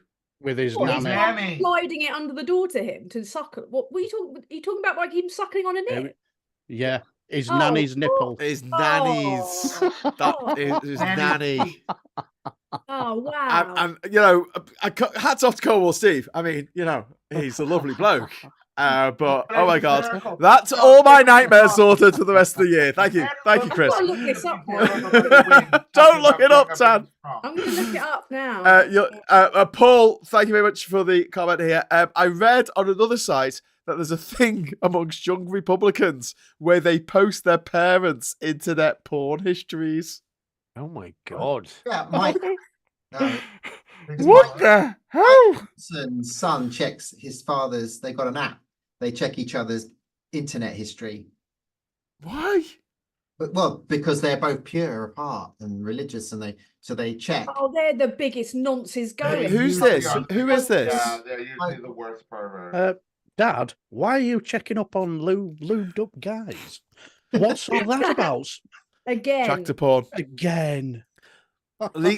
Lee Corn says, every time I see Gullis on TV, I think there's a Donkey Kong machine missing a Donkey Kong.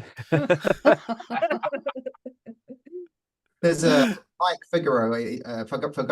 He does The Humanist on America. I've sent you a few of the videos. He did a video today about a really anti-gay, preachy kind of guy. Oh, and he's been outed, and he's about his whole history. Young guys and dating. He's been on the scene. He's got guys in his.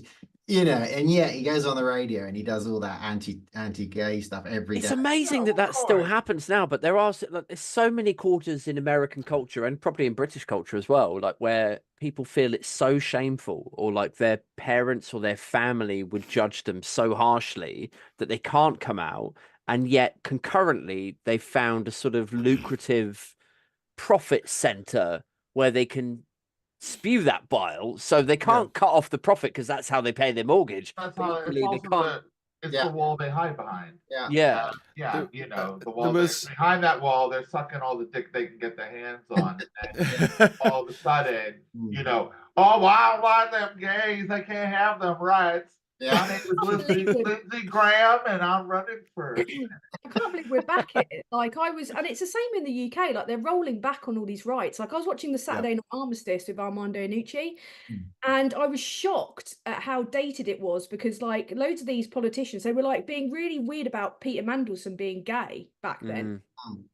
Gay panic, like, oh, Labour will turn your kids gay. It's like, what the fuck? Well, there seems to be, I don't know if you notice, with all the conservatism, obviously, that we've had over the 14 years, did you guys notice that there is a shift in a general attitude socially to a more prudish, conservative outlook on things like sex, things that we were actually probably quite liberal about 15 years ago, people now act very outraged and prudish about. Well, yeah, they're importing. You understand what I mean? It's because they're going up with the whole like Republican playbook, the Bannon playbook, isn't it? No, I'm talking about here though.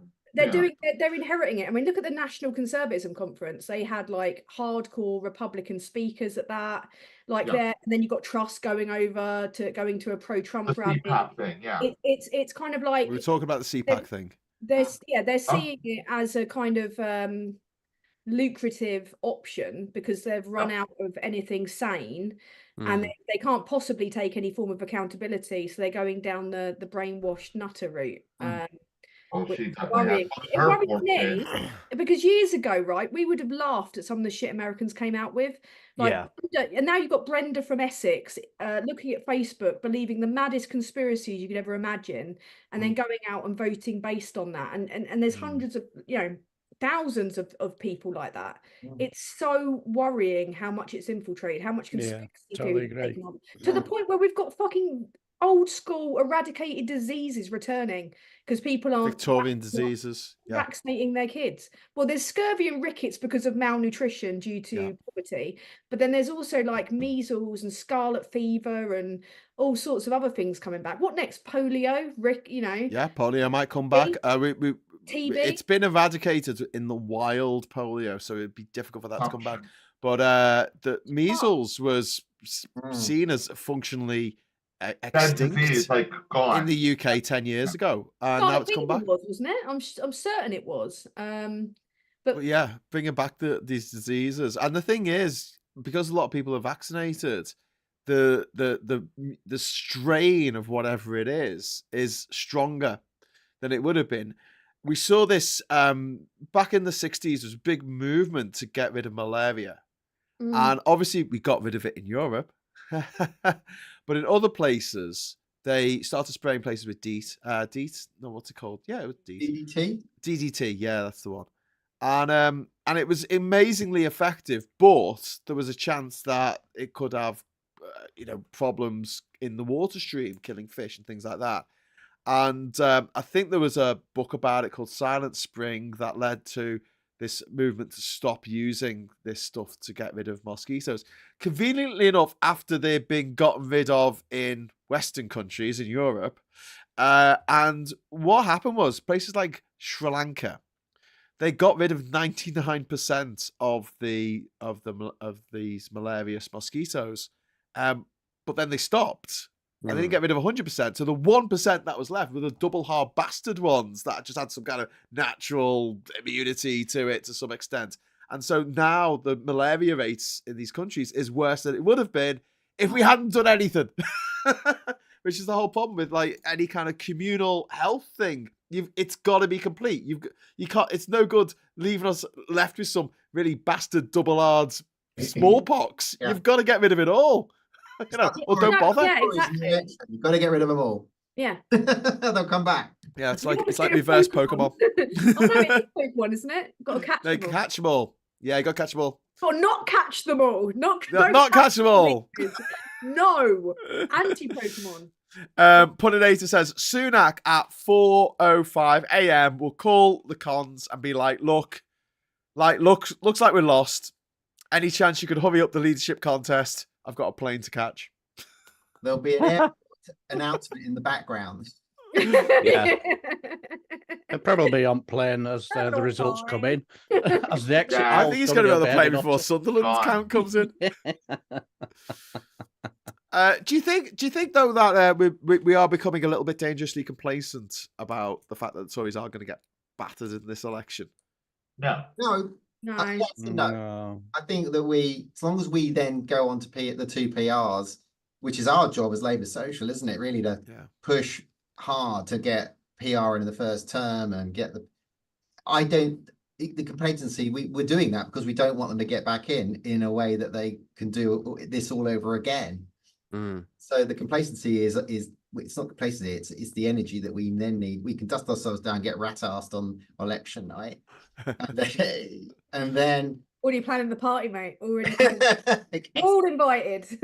I agree. I think like when I read articles about like, Labour's secret plan to lock the Tories out of power, I'm like, I mean, that is emotive language written from a hard right perspective, but the fundamentals of it are true and worthy of celebration because it's like, yes, like the reason that you've been able to attain power over the last few decades is because of the first past the post system, not because you genuinely attract support from from the right number of people to be able to command a majority of all of the United Kingdom. Like we all know this, but just for the benefit of people who might not. So I think if and when Labour do get in, such emphasis has to be placed on proportional representation and press regulation to ensure that, like you say, Rachel, like that we don't ever get in a situation like this again, like where this sort of untempered, conservative, ultra ideologically driven nonsense gets free reign on just this contract goes to this guy and 3 billion goes to that guy and fuck the NHS. So this is where we're at now. Is like all of our public services are creaking, if not collapsing, and it would be amoral to not put measures in place going forward that restrict their ability from doing that again. Yeah, can't wait. Wayne, hello. Wayne has entered the Hey. chat. How you doing, Wayne? Who are Wait. you, Wayne? Wait, Wayne's here. I Well, very fuck. quiet. Oh no, Aid's gone. Aid. He did this earlier. Sorry, Wayne. Aid, as we all know, is a massive racist. So he's gone off now. He didn't hear that. He didn't hear that. I just missed that. I heard you saying something. I fucking mean. You weird hatted bastard. But I do have to go now. Aid does have to go. I've genuinely got to go. That's okay. Nice to see you very briefly. Aid, thank you very much. And if you want to watch more of Aid Thompson, he is on his own channel at Aid Thompson with an I. I am a racist. Oh my Which god! stands for I am a racist. You better pray people don't cut you out of context there, Tan. There's I gotta go. Someone well. I had. See you later, Thanks, guys. Aid. Legend. Bye-bye. Sorry, Bye. Aid, I love Yeah, you. mate. I'm going to put you in all of the He's going off to cry now. Wayne, can you turn your phone so it's horizontal rather than Where vertical? are you? So it's landscape rather than portrait. There you go. That's better. I'm literally on my landing right now because I am. But What? but yeah, I What? totally agree. He's on his landing. All right. I'm using. Are you using your neighbour's internet? Good lad. Why don't? What's wrong with your internet? That's the kind of What is wrong dedication with that we need. That's the kind of that's fucking dedication. My That is. favourite episode of Bottom is when they rob the gas off the neighbours and the gas man comes round. I absolutely love that episode. This Yes, is man. socialism. This Eddie, is it's a fucking gas socialism. man. What Top was I class doing? win. Well done. Well done. Well done. Do you know? You just reminded me of a story. Like, it's like me being a bit of a Bradford City fan. I'll go watch the football, and after the game, there's a pub called the Bradford Arms, which is just a bit further down And the now my road. internet's gone to shit. Oh no! And Come back, Wayne.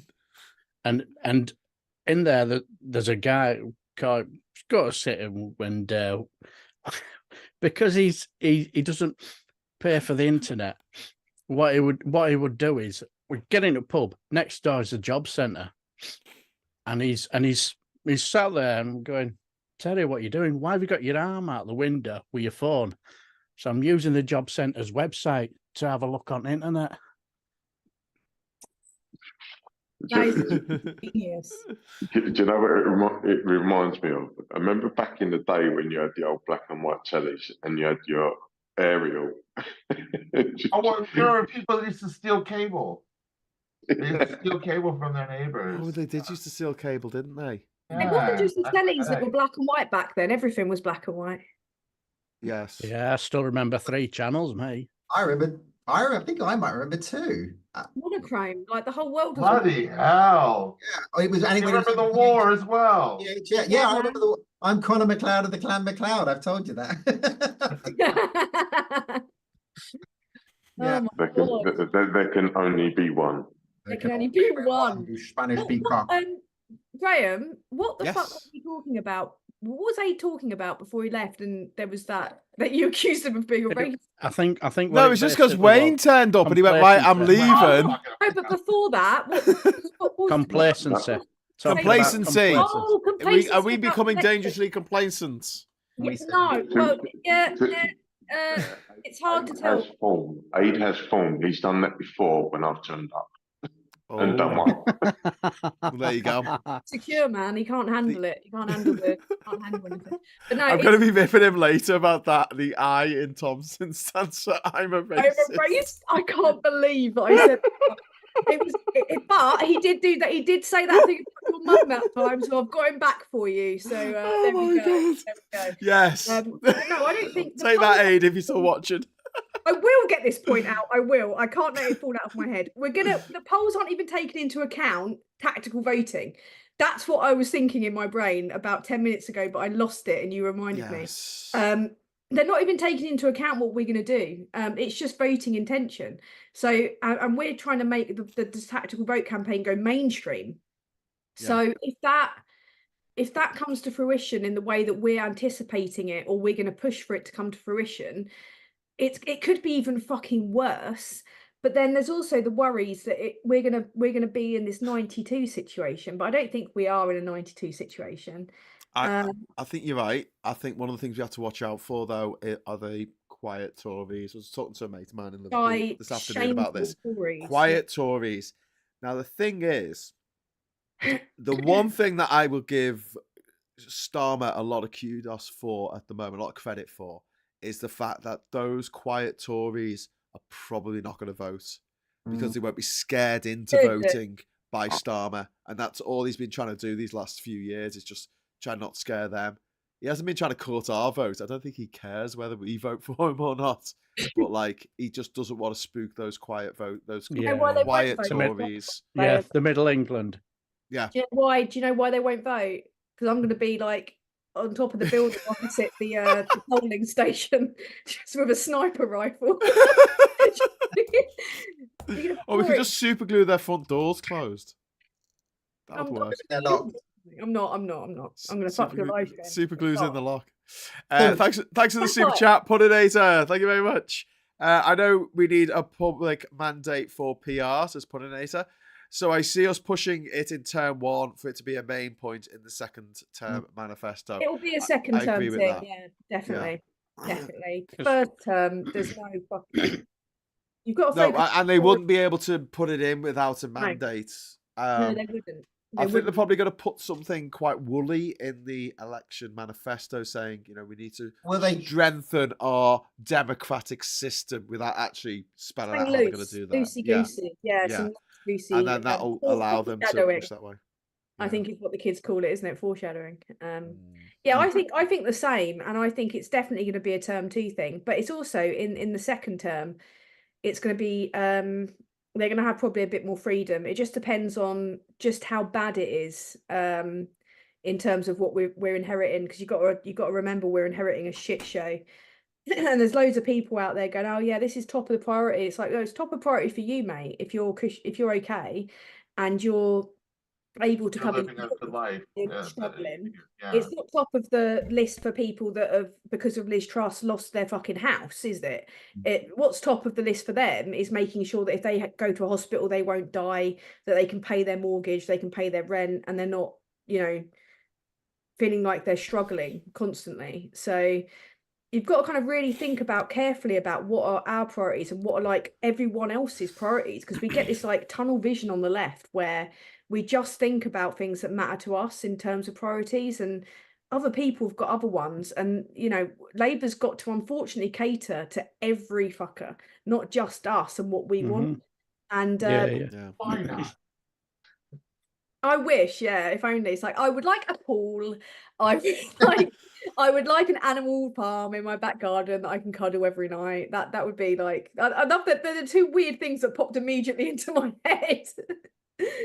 One of the things that Carol Vorderman said on the Trawl the other week in her interview, and I'm praying this is true, was that GB News would be gone in 18 months after the election.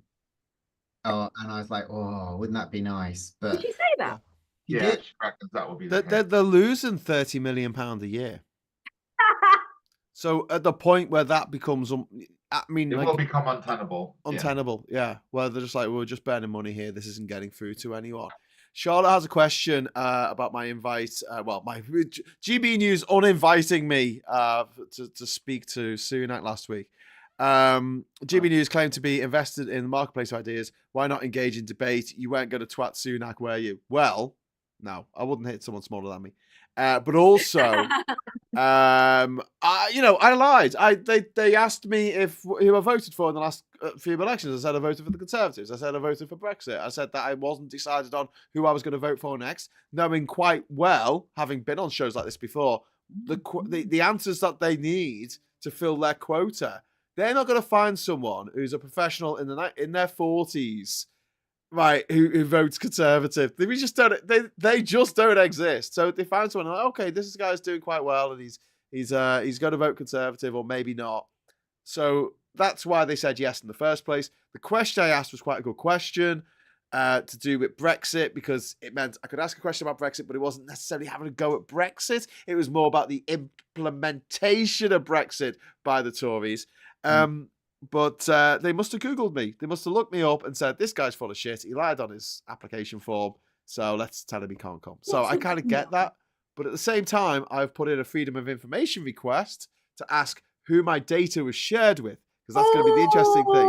Because they will have to tell me by law if they have shared my information with GB News or Sunak's team. And they've got a month to reply. Clever. Very clever. And I put that in through the ICO. So the Information Commissioner's Office. So yes, we'll see what comes of that, I'm because I still think that'd be quite waiting for my interesting. results from the Freedom of Information request that I put in about what they've got on me. What have they got? What? I know a journalist, right, that's got like a fraction of my following, who he's based in Scotland, and he was one of the first that actually released Rosendale's name. And did you know that Rosendale has had all his charges dropped? They're not going to investigate. Well, not dropped. They're not going to investigate the crimes against Rosendale. He spoke in Parliament on I know. on PMQs. I put a clip out about that, yeah, because it's like fuck this. But yeah, Alex, he is based in Scotland, and he is quite a small time investigative journalist. Like he's got probably about, I don't know how many followers he's got, but not loads, you know, not an enormous sphere of influence. And he had 25 pages on him, but from the government, of them keeping tabs on him under like all these various like mad columns of, I think there was like really weird kind of reasons why they'd looked into him as well. So I can't wait to read what they've got. Can't wait. It'll be fucking amazing. But I'm obviously going to make content out of it. But can they refuse to provide you with the information? No. Well, they can. They've got a month to supply you with it. Wasn't it Blair that brought this in as well? Yes, it was. Blair Brown. And if they don't reply within a month to your satisfaction, so they can reply, but if it's not to your satisfaction, then you can take it to the ICO, the Information Commissioner's Office. Beautiful. I'm gonna have a lot of fun with them in the lead. Go after it. I feel. But yeah, I mean, in this world, in the way things are now, especially with like social media, there's way more information about us than they should have. And along with strengthening the rules about democracy, allowing more people to vote and vote more easily, and have their votes count under PR rather than the first past the post system, which is ridiculous. Like, I think I was in an African country, I think it might have been Gabon, and they had a first past the post system for the president. So the guy who won got like 21% of the votes because there were like 7 candidates. And it's like, what? Like being Britain, you must have felt like you were at home. Yeah, but also press needs to be the press regulation, but also social media regulation massively needs to be tightened up. Really? And social media. I know, like, even though I get like horrifically trolled within an inch of my life, I don't trust the government to be in control of that. Like, we have the freedom to criticize them without any issue, and I don't think they'll use it to protect us. They'll use it to clamp down on us. I mean, this is going to be Labour bringing this in, not the Tories. Still, I still don't think that that's something that, because I mean, there's areas, obviously, I'm not talking about vastly, like there's areas where there could be massive regulation and control and stuff, but where it's not going to harm people's creative output. But there are, like, with this government, I don't trust this particular government, like the online harms bill. To me, it just seemed like that was a terrible bill. I mean, justified way for them to just try and fucking they don't understand the internet. Yeah. When it comes really don't, do they? when It's it comes terrible. to stuff like the way that Twitter and Twitter's verification system, for instance, was a great system. It was a good system because it meant that if someone had a tick after their name, you knew it was actually that person saying it, and you could look them up online. Usually, if they had the tick after the name, you could look them up online and find out who the hell they were. They've ruined that now because anyone with £7 can buy themselves a tick, can't they?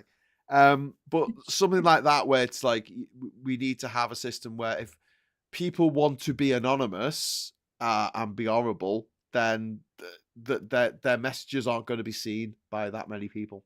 Yeah, that's something that I can get behind, because obviously I've had like a run, Okay. but only So- on Twitter. Only on Twitter. To be fair, most of the other platforms are pretty sound when it comes to kind of Well, yeah, but I mean, well, look at what happened kind with of. Taylor Swift. There was AI generated content of Taylor Swift that was all over Twitter. Yeah. And it took them ages to take it down. And I think that Twitter should be punished for that. But I think, You know, I agree. and I it's agree. it's the moderation. I mean, yes. talking at the beginning, I used to be on Twitter, then I got attacked and blah blah blah, and Twitter didn't do anything about it, and then Facebook, I got called all sorts of horrible names, and reported it, and then it doesn't fall below our community standards. What, getting called a pedo doesn't get you called, doesn't fall below your. It's so sexist as well, and misogynistic, and transphobic, and homophobic, because you can. The only person, if you attack a cis man, you are fucking scorned and you're banned for 24 hours. If you're misogynistic, you're homophobic, you're transphobic. I've reported so many comments like that on Meta, Instagram, and Facebook, and it doesn't meet the threshold, right? But if you call a cis man a cunt, then you're getting banned for 24 hours, and it's Yeah. insane. Like their moderators are probably just all white cis men just sitting in a room together going, "Ooh, does this Fucking incels, probably. Well, I mean, Rachel, was that when you were on Twitter? Was that before Musk took over, or was that after? Oh, No, yeah. it's after. It Just was after. after. Well, Yeah. he famously called one of the heroes who rescued the children from the cave in Thailand. He called one of them a paedophile, What? and there was a court case Yeah, about it. I remember And he that. got he away did. with it. And he got Yeah, away he with got away it with it. because he went, "Oh, I was only joking." He maligned this guy, ruined his life. This absolute hero who saved the lives of 20 kids. Yeah. Like, this guy saved their lives, and Elon Musk was butthurt because he wanted to make a submarine to go to. What? It was all Hope because it ends he up looked like that at- other billionaire in a submarine. What's You the know. problem? Why can't we rescue the kids? Well, the thing is that the water levels come up, and the bit that they need to get through is about this big, and you got to get a human being through it. And if Yeah. you wear a tank, you wear an oxygen tank, that they're not going to be able to fit through the tiny little hole that they can't turn around in. And we're worried about we'll build a submarine, Oh and then my you get in God. the submarine, and they go through the little gap under the water in the. He probably does own a Nazi U-boat, doesn't he? Probably got Yes. one. Probably. Oh, I mean- he's like that episode of Father Ted where they go downstairs and there's all the Nazi regalia. I think that's Elon Musk's basement. I It's would. going to be Nazi regalia and apartheid era South Africa regalia. He's got all the old signs. I mean, hopefully he'll try and visit the Titanic with a PlayStation. That's my ideal outcome. I mean, go on, Elon, try it. Try and get down He's there. too busy trying to get into space. Get down there in a little sub, you fucking. He's trying to get into space. He wants Yeah. to walk on the fucking moon, doesn't But he? there are certain standards that social media should have to live up to. That if there's content posted that is libelous, slander, something that's obviously defamatory, they are under an obligation to get that down within X many minutes. Oh, if only. Like, I'm defamed and smeared every fucking day of my life. That they should have to be on top of that, and they'll be like, no, They this should, isn't- yeah. As long as and it that doesn't- user should be banned and stopped Yeah, as long from. as it doesn't kind of interfere with creative freedom, because my only fear is if a government has kind of like a degree of control over this, is that they'll curb our ability to hold them to account, and that's my only worry, is that they'll. Well, it wouldn't necessarily be they'll be saying this is what you've got to moderate. It's just there needs to be a reasonable amount of moderation. The first thing I can get behind it. Musk did after walking in with his kitchen sink was to get rid of all the moderation staff at Twitter, and it Yeah. became the Wild West. I'm not going on it again, Tan. Honestly, I'm so Twitter. Fuck it. I might post something where I can just go onto my little bit and then post a video that I've made for another platform. But I'm not going to interact with it because when I went on it this week, I just woke it up and I just wanted to check like if my video had uploaded properly the night before because I put it on dead late. And the first image I saw was a picture of something really horrific from Gaza, and I can't get that image out of my head. And it's given me trouble sleeping for the last 3 nights since I saw it. When I look at videos on Twitter, it always seems to go if I start flicking through them like you would on TikTok. I end up seeing women get hit by men, and it's very upsetting. Oh, it's really bad. Like I had a bot comment with child porn under one of my Oh, that's disgusting. and they took it down relatively, but not quick enough. Like, but I had to see basically that before, and it's like I was pretty innocent with Twitter, right? I didn't even know they had porn on there until a couple of years ago. I was like, what the fuck? Yeah, neither did I. Oh yeah, I've got an alt account and everything. I didn't know that until Musk took over, and yeah, like oh, I Tam, had that way I before. didn't. It wasn't way children, before. thank God. But the worst thing is, it's not just like regular stuff. I mean, we're talking stuff where it is actual kind of like you would call the police for what they're doing to that woman style stuff on there. Yeah, Like, I only look at the gay stuff. I've seen something on there that made me so troubled that, like you, I couldn't sleep for like a couple of nights. This woman looked like she being it was vile. It was really bad. It was almost like snuff. Yeah. No, definitely. But that you don't get that on Instagram. You don't get that on Facebook. No, you no, certainly no, don't get it on YouTube, on on YouTube. platforms. They'll take it down like immediately, like that and you'll be Twitter, banned. apparently. I didn't know that. Like I didn't know that for ages that there's been just like, you know. Twitter's the Wild West. But he's playing Kaplunk with it, isn't he? Take out all the backups, take out all the decent software, take out all the moderation. You know, mess it all up, add lots more. Let porn run. He just keeps pulling the pins out till it. Do you think he's had some kind of bet? You like Brewster's Millions, where he's got to lose $1 million in a week. It does feel like and then that. he wins $1 billion. Was it Navalny's wife as well? Like he temporarily suspended the account of Navalny's wife. Yes. Fucking Fucking hell, really? Yeah. And he was replying to this deadbeat dad on there who was like this breakdancer who had neglected his family, and he was like, "Oh, well done, sport, well done," you know. And it's just like, you fucking loser. Like you're also in that category. It's just giving a massive cunt free reign with one of the biggest apps in the world. You know. Yeah. The only reason I'm still on there is because for politics and up to date information, like to the minute, it's vital for politics. Twitter. You've got, if you want to know what's happening in real time, Twitter's still the only place you can really get that. Like Threads is bullshit. It's terrible. It's just been taken over by like these fucking Christian bros who are like putting out all this like mad propaganda. It's a terrible place. I mean, he could have done so much with that, Zuckerberg, Threads. I think he just forgot about it. Yeah, they've not put any real effort into it. If they tried a bit harder, it could have been an alternative. But nobody bothers with it. But Twitter itself has become just. It used to be the Wild West, but now it's like the Wild West with bazookas. It is another level now. It is crazy.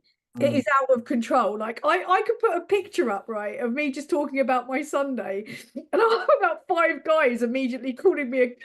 It's like, mate, I've just uploaded a thing about my Sunday.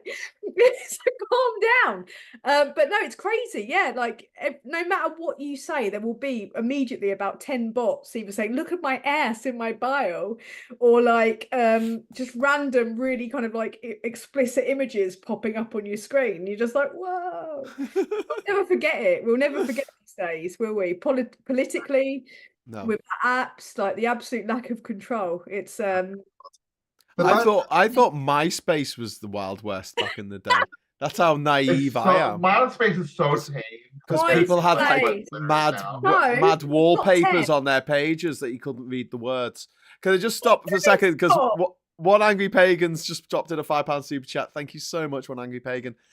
Because I'm both openly pagan and socialist, I generally had social services worried that I was radicalizing my kid brother. Kind of funny, kind of disturbing. What? That is wow. But they wouldn't look at someone who's Christian, radicalizing someone into a those bastard pagans, you know. Yeah, the Christians stole everything from the pagans. And other people in the chat wanted to know what Scott's doing. Scott, were you doing the ironing? Yeah, you were just doing like, it looked like you were wanking. Scott, stop that. Stop that, Scott. Stop it. Stop. My mum's watching this. Literally on my knee. It is on my knee. What, your cock? My mum's just giving me daggers. She's like this. Okay, stop. Me, Graham, we can do that video later. Like, okay. For you. Okay. Not your mom. Not your mom. Definitely not your mom. Like, no. Just yeah. Super Tiny says, I'm old. I prefer MySpace to Facebook. Super Yeah. Tiny. My Is name's MySpace still there? That's not my Willie. Yes, it still exists. But a few years ago, they managed to delete everyone's profile from back in the day. They stole all my old 50 data. Yeah, The 50 million songs were deleted because they tried to do a server migration and it went horribly wrong. Access anything that I used to have on there. I remember there used to be like absolute murders over who you chose in your top 10. Yeah. Yes. Oh, you're kind of like sphere of influence, your mates, right? Like you'd have to have the top 10. All that stuff I wrote with McCartney in the 60s is gone. That's all? Oh, mate, really? Damn. I made All a those fantastic war short songs you film. sang as well back in World War II. I made a film for MySpace, which was it was You about and this. Vera Lynn doing a duet. I made a film for MySpace, and it was about a guy who censored films for a living. And one day he went mad. It's a short, and he decided to censor people in real life with his big scissors for breaking the rules of film. So there's like a guy who swears before 9 p.m, so he cuts his tongue out. And then there's a young couple having sex, and because they're old enough to do it, but they're not old enough to see it, because you have to be 18 to see it, he stabs their eyes out with his scissors. And in the end, he gets kicked out the BBFC, and he gets a job with MySpace, censoring the videos on MySpace. I think I might have to do a little re-edit of that and have him working for YouTube. Put it on YouTube. I thought you were describing the Theatre of Blood with Vincent Price there. Well, there's some elements of Theatre of Blood. It draws influences from a lot of different movie sources. If you're a movie nerd, there's loads and loads of references all the way I was through. going to say, there's like to some of the mad things that got censored. Because there was a film that I think is still censored to this day called Visions of Ecstasy from the 1980s. Right, the BBFC refused it a license because of blasphemy. Okay, blasphemy that was in the 1980s. Don't exactly sound like Life of Brian, does it? That was kind of banned. That was sort of shadow banned, if they had shadow banning back then. Clockwork Orange was banned by its director, and as soon as Stanley Kubrick died, it got a general release. But he was concerned because people were dressing up as the Droogs from Clockwork Orange and going out and committing crimes. And Stanley Kubrick said, I don't want any blood on my hands, so he banned the film in the UK. When I was a teenager, it was all Driller Killer and Texas Chainsaw Massacre and all those films. Texas Chainsaw Massacre, like it's soft now compared to what people watch now. Evil Dead for me. It's so tame compared to what's out there now. It really is tame. Have you ever seen Terrifier? It makes Texas Chainsaw Massacre look like the Wizard of Oz. Yeah. It is gore. But if you want to watch, I'm obviously a sci-fi buff, and this film that psychologically disturbed me was Event Horizon when I watched it. Yes. Oh yeah, that was scary as shit. I think we can all agree on that one. Oh God. Not saying it. I love Sean Pertwee. Oh, you're missing out, bro. It's good. Really, really good mix of horror and sci-fi. Yeah. Basically, I don't mind a bit of sci-fi. Like I'm more partial to that than any form of fantasy. Like if you try and make me watch something like fucking Harry Potter, bad topic, I know, because J.K. Rowling. Really. Fuck her. But if you try and make Lord of the Rings, you could have said Lord of the Rings. Fuck that! No way! Am I sitting through like fucking 9 hours of that bullshit? No way! Tan.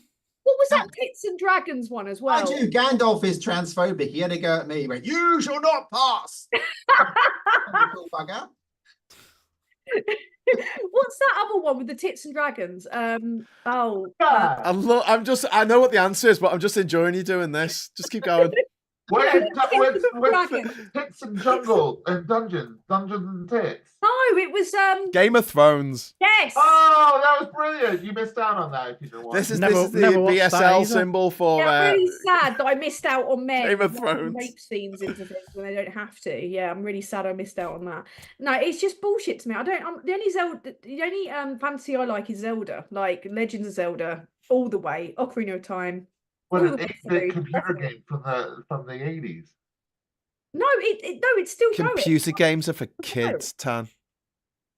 So mature. I Careful. know. N64. I'm stuck in that era of computer games. Like, I'm N64. stuck in the Nintendo era.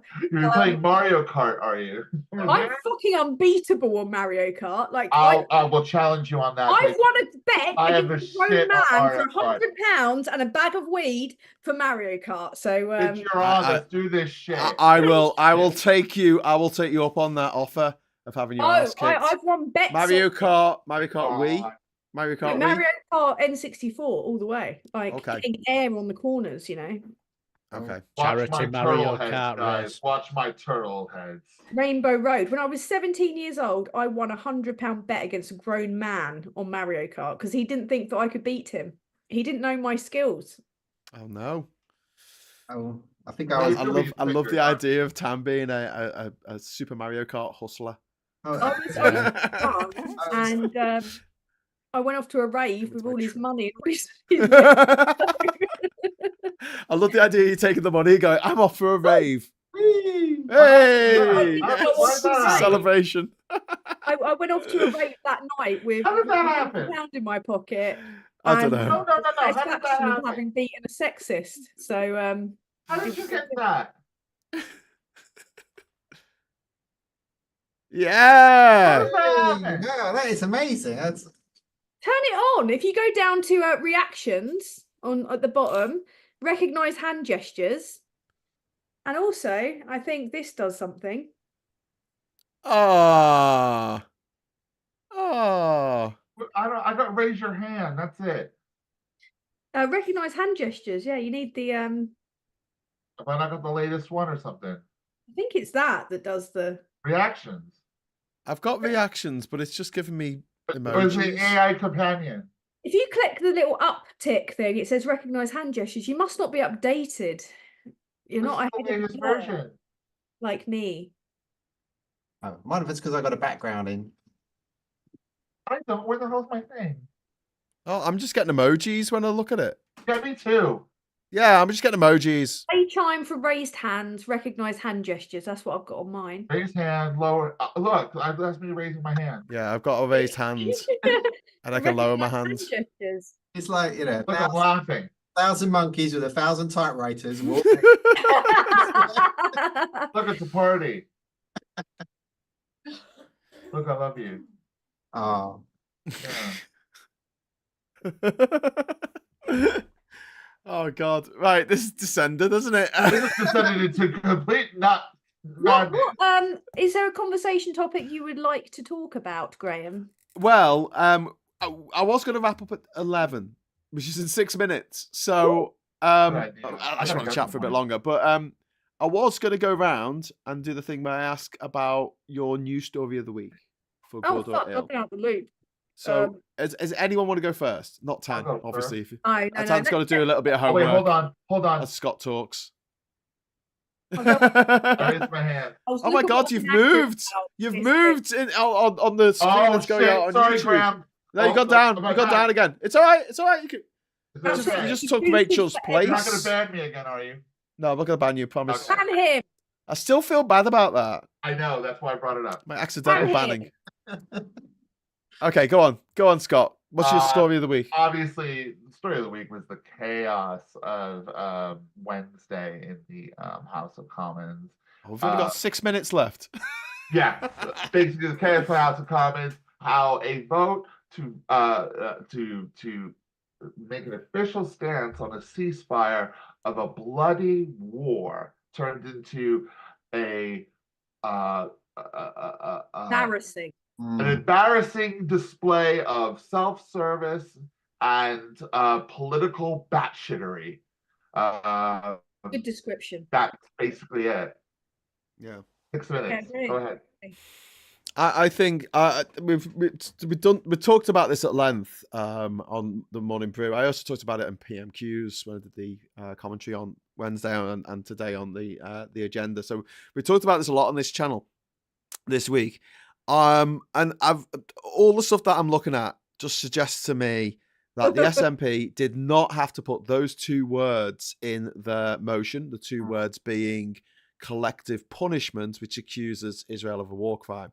They must have sat down when they were writing that motion and they said, we need something that calls for a ceasefire, but we need to make it something that the Labour front bench can't vote for because we want to split the party. It's a joke. It was all a massive, disgraceful bullshit thing that it was not about the 30,000 people that are dead. It wasn't about them. That's what's annoyed me the most. Yeah. Absolutely. It was embarrassing. It was an insult to those people that are like cradling their dead kids in their fucking arms. Exactly. Yeah. I watched it all the way through. You said it the best. Yeah. Just politicking all the way. Like they were making, they were just trying to get political advantage over a disgraceful loss of life. It's grim. They didn't have to put those two words in. They put those in specifically to split Labour because they knew Labour MPs, a lot of them were desperate to vote for a ceasefire, and the leadership could not vote for that motion unamended. And then the Tories said, "Oh, brilliant! We'll put in an amendment, which we wouldn't normally do, but we'll put one in anyway because we know that it takes precedence usually on this ancient precedent, which is like older than the Magna Carta. You know, no, it's not. It's only started in the 1990s, but whatever." You can't argue it, Preston. And then you had this remarkable scene of Geoffrey Cox, who was our Attorney General, when our politicians, when our leadership, when our government lied to the Queen and illegally prorogued Parliament. Yeah. Sitting there on Newsnight going on about the importance of precedent. This is a guy who advised the government to break the law. Fuck's sake. Precedent, no. And the irony of them all coming for Hoyle when they literally had an MP that had to face a by-election because he was watching porn in the House of Commons. They had a Prime Minister that lied to the House and the country repeatedly regarding Partygate. Broke the law. And they illegally prorogued Parliament and lied to the Queen. It's like, fuck off. Like pretending to clutch your pearls over this. It's like, fuck Joke. No. Ian McKenna's talking about Navalny's wife being forced to sign a death certificate. It wasn't his wife, it was his mum. His mum was forced to sign a death certificate. Otherwise, she wouldn't be able to get his body back for burial. Did she get the body? Apparently, yeah. This power play by Putin to show, like, during because his wife was attending a summit at the time, just to show, like, look at what I can do, you know. Yeah. I mean, I think he's engineered a lot of the shit that's going on in the world anyway. Yeah, someone just needs to blup, you know. Hard agree. The Here's my point about Trump that I'm going to just keep on making. Either Trump's continued existence proves that either there is no such thing as the deep state, or that there is a deep state and he is very much part of it. Well, I think it's the latter. Well, so do I. So do I. Rachel, what's your news story of the week? Can we talk about Kemi Badenoch and a LTB friend? Kemi, a ban after midnight. It was the triple Kemi this week, wasn't it? Lied about Canada, probably lied about the post office. We'll see, but CEO's got the checks to write, and meeting with LGBT groups. Those are the three things that, after the freedom of information, that MP I think I sent it to you all on the chat on the LBC.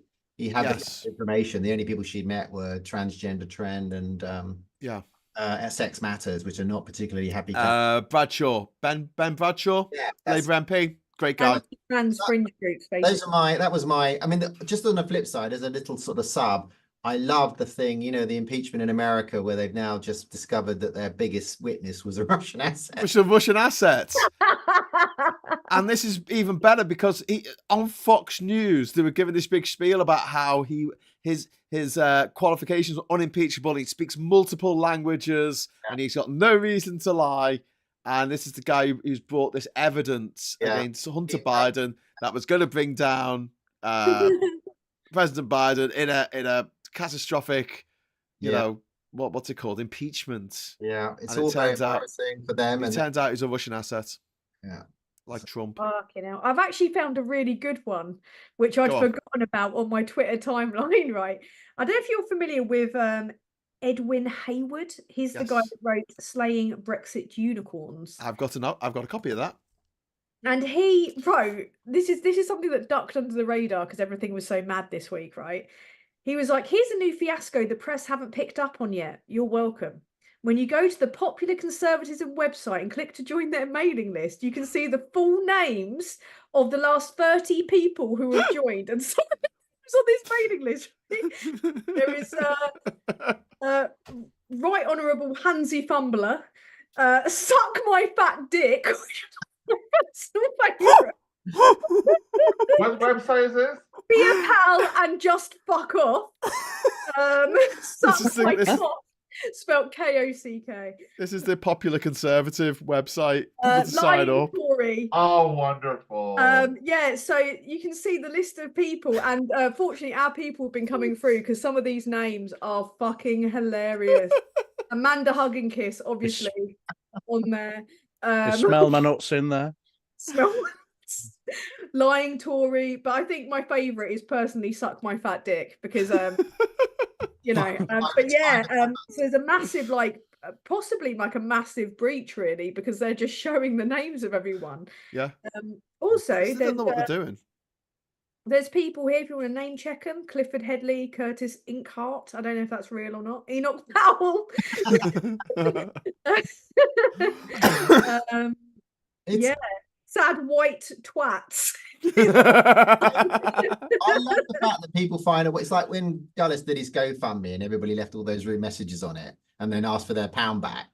That was Brendan Clark. No, that was Brendan. Oh, that was Brendan Clark. Sorry. I take partial credit for well done. attention to that Also, because they got refunded. all those reviews that Put people your hand up. where Lee Anderson had it, where Lee Anderson does his show. The load of people left all these reviews. It's a shit pub because Lee Anderson goes there. It was amazing. It was amazing. There was one guy claiming to be Boris Johnson. Sorry for wiping my knob on your curtains, old boy. And with people rinsing him, right? Like just consistently rinsing him. Like, here's £1, take it and fuck off. And I told them all how to get their refund. So they basically just insulted him for free. He had to turn the comments off. And in the end, I think he raised like 50 quid. Yeah, he tried to get like 5,000 or something. Yeah. Because everyone got their refunds after insulting him, but people were paying temporarily just to rinse him. Brilliant. Okay. Darren, do you have a news story of the week? Well, I think there's a couple that spring to mind. Well, quite clearly, apart from what happened in the House of Commons over Wednesday, Thursday, that was embarrassing. It was just embarrassing. But the Scott Benton, that made me chuckle, and also so this is the MP for Blackpool South who's just lost his appeal against a suspension. So we're having another by-election. Yeah, another one. But it was his sexual misconduct. Yeah. It was gambling, yeah. He Gambling. was gambling. Then yeah. Trump sneakers, and also devastated, absolutely devastated. They all sold out, you know. He sold all 1,000 gold sneakers within like half an hour. Can't get to July. Yeah, Jesus. devastated. One's a little bit of a personal. If they get him at all. One's a bit of a personal one. Oh, devastated. Wednesday night, my club, one game away from getting to Wembley. One game of getting to Wembley for a football final. Oh, devastating. Who's your team? Sorry, Bradford City played Wickham. City. Yeah, played Wickham. Played absolutely brilliant. Absolute. Their keeper had a worldie of a game. And last minute, our centre half. I'll tell you, you might remember Alan Stubbs, Graham? No, Defender for Everton. that must have been before my times. When was that? Not that old. I'm sure. I know he played for Celtic. But his son plays for us. He had a slip, and they came in, smash and grab, and last minute devastated. But other than that, it's Scott Benton. Other than that, it's got to be the Scott Benton, and then it's and it's got to be Trump sneakers. That Scott was Benton didn't hilarious. stand a chance. I'd just say we said about gambling. What it was there was a couple of people met up with him and said, "Hey, we're from the gambling industry. Would you mind, lobbying on our behalf to the government and Yeah. stealing some confidential documents and giving them to us?" And he went, was "Yeah, caught on $4 camera. grand a month. I'm your bitch." It was all And it recorded. turned out they were reporters for the Times newspaper. Oh, I hate it when that happens. He's Unbelievable. absolutely 100% banged to right. And yet he still appealed because, being an MP is Tory, quite a get cushy back job. down. He's never going to have another job. I don't think the by-election will probably come before the election, though, will it? I mean, looking at the time frame, it's likely that the by-election will happen before the general, if it happens in May. Well, If not, it's another. Can we just talk about Rochdale for a moment? Oh, for fuck's sake! What a nightmare! Phil reckons that Rochdale is actually cursed.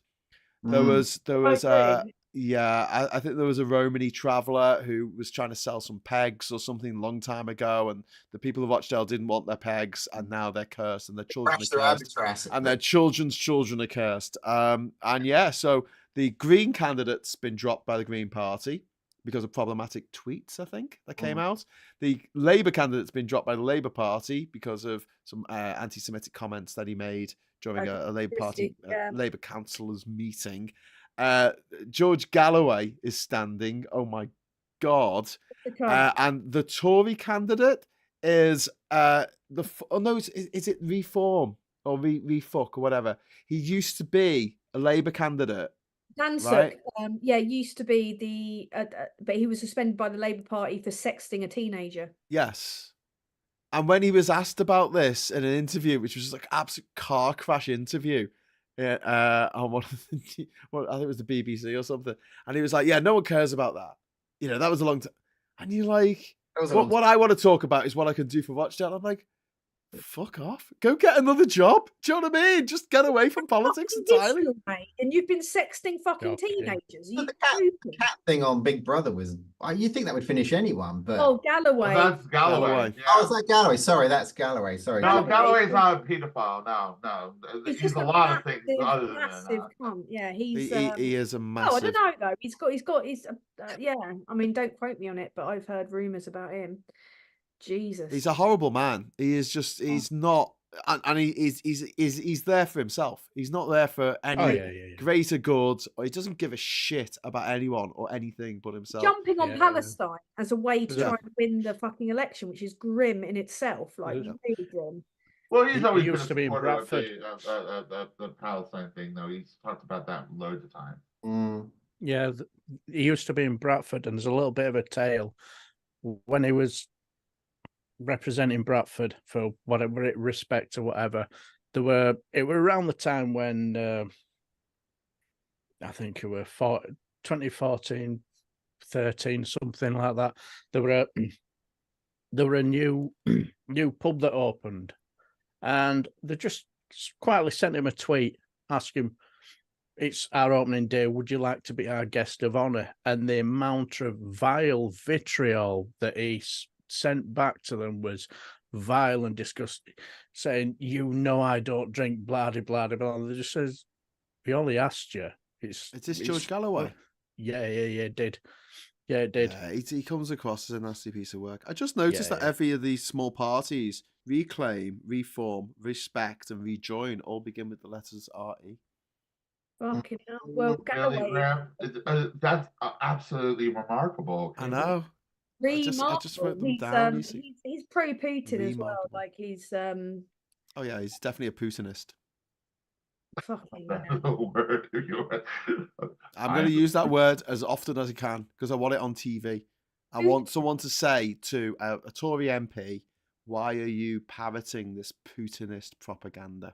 Well, to be fair, like until they release the unredacted Russia report, they've not got a fucking leg to stand on in the Tory party. I mean, when you look at what they did with Lyubov Shinurkin, the ex-minister of Putin, his wife donated like vast sums even after the invasion of Ukraine. Yeah. She with that donation money, was able to have actual meetings with the Chancellor of the Exchequer and the Prime Minister. There was one who played tennis with Boris Briefly. Johnson. There was also Russians that did that. The Tories have allowed Russia to become a massive laundromat for Russian money and oligarchs, blood money, basically. And all those empty houses in Belgravia. Fucking nightmare. They're balls deep in Russian interference. And the reason why they're not releasing the Russia report is because that will prove it, not to mention Boris Johnson and his violinist. Yeah. But we know this. This isn't a big secret to everyone. No one's going to be shocked when it comes out, because we know that the majority of the funding for the Conservative Party in the UK comes from Russia. Yeah. It needs to be a fucking scandal. People need to be outraged about this, because it's another way that our democracy is undermined. Yes. It's like, how the fuck can we have a fully functioning democracy when you've got Russians' dirty fingers all in it? Yeah. A guy that chucks people out of fucking windows when they piss him off, or murders them, or poisons them on British soil, and then our actual serving Foreign Secretary, was it Foreign Secretary at the time, Johnson? Who the fuck? Yeah, he was. He was Foreign Secretary. Yeah. Fucking went off and partied with KGB agents in the around the time of the Salisbury poisoning, when they that was when the Russian agents came to our country to try and murder the Shriples, and succeeded in actually murdering a British woman called Dawn Sturgis, who I don't think Boris Johnson even knows her name. No, and they were still taking money from the Russians. He went to this party after that happened. I mean, and then he put his mate, who held the party with his dad, in our House of Lords, an unelected legislator for life. And not just that, but Sunak continues to profit from Infosys still having a shop front in Russia despite sanctions. So Infosys, his wife, I think it was in the last financial year, made around 12-13 million from Infosys. They're sitting on a massive fortune anyway. But then there's also, you look at what Sunak's legislating in terms of gas licenses, and they're taking, billions, Infosys, in contracts from Shell, BP, and such. It's a massive con. And it just amazes me that people don't once you look into it, you start to feel almost like you're a conspiracy theorist, but it's all there on the record. It's there. It's not even like, I've got to dig around for this and on 4chan or something, or let's go to the dark web to find it. It's there. There's reports in the private eye. It's going to be reported in the mail. No, it's in the private eye, in Bylines Times, in the New European. They've run stories about this stuff for years. It's not the national conversation. Why? And that's why we need press reform, because press reform. These fuckers all went to school together. They all drink at the Carlton together. They all drink at their private members' clubs together. They all do gack off strippers' asses together. They're all in each other's pockets, and they're just conning the fuck out the rest of us. Nobody does anything about it. Just had the super chat. Thank you very much, Real Phil, for the super chat. Won't solve everything, but all parties should be obliged to select subject candidates to DBS checks prior to selection. MPs have access to the vulnerable. 100% agree. That would be a great reform, but it shouldn't be up to the parties. It should be up to all candidates. So if they're an independent, doesn't matter. They still have to submit a DBS check and a drugs check. Make sure they're not a massive gackhead. It's unbelievable that they don't. Like, I can't. If he wants to get a job in a major company, right? Where you were, especially one where you could be working with. You can't be in the civil service without extensive checks. You would have to have a DBS check, and also story about it this week. Well, I must probably have a drugs check as well. Yeah, well, I must admit, with a drugs check, I'd love to see Michael Gove's urine sample. Then. I'm sure you can see it. I don't think anyone's ever said those words in that order before, Gavin. But the results of the urine sample, not the urine sample. Not the urine sample. It could come out looking like something from a mad scientist that's made it. That's what I'm saying. You can see Why is it purple, Michael? Why is it purple? Raving, like in a weird rave at Aberdeen, like. We got another super chat. Thank you very much to Alan Poe for the £5 super chat. With all the Tories standing down, where are the cons getting new candidates from? None of their seats are safe. It's a very good question, and again, we do need to have these DBS checks for these people who are in charge. Yeah. When Chris Pincher was still the MP for Tamworth after sexually assaulting people, you know, he was what were people who were vulnerable, were people who have been victims of SA, or people who have been, you know, left a violent, toxic relationship. Got to spend time with this guy, you know, and say, I need help. And I wouldn't let people become MPs if they work for a think tank where we don't know where the funding's come from. Agreed. Yeah. Agreed. Yeah. There's no regulation. Like they were no talking, more second jobs. Yeah. not just second job, but they were talking this week about, like, it was a news story. It's like, oh, Sunak pressured to not allow anyone to stand if they've been previously accused of SA. It's like, what the fuck are you talking about? How is this not already a thing? Yeah. Because you look at people like Imran Abid Khan, right, who went on to, trigger warning, be convicted for sexually assaulting a kid, right? The complainant made that complaint before the general election. That person who was a victim of him had to sit and watch the person that had attacked them become fucking MP for their area, right? This is what that kid had to go through. And not just that, but the Tories, whilst he was under police caution, let him advise on a grooming panel about children. God.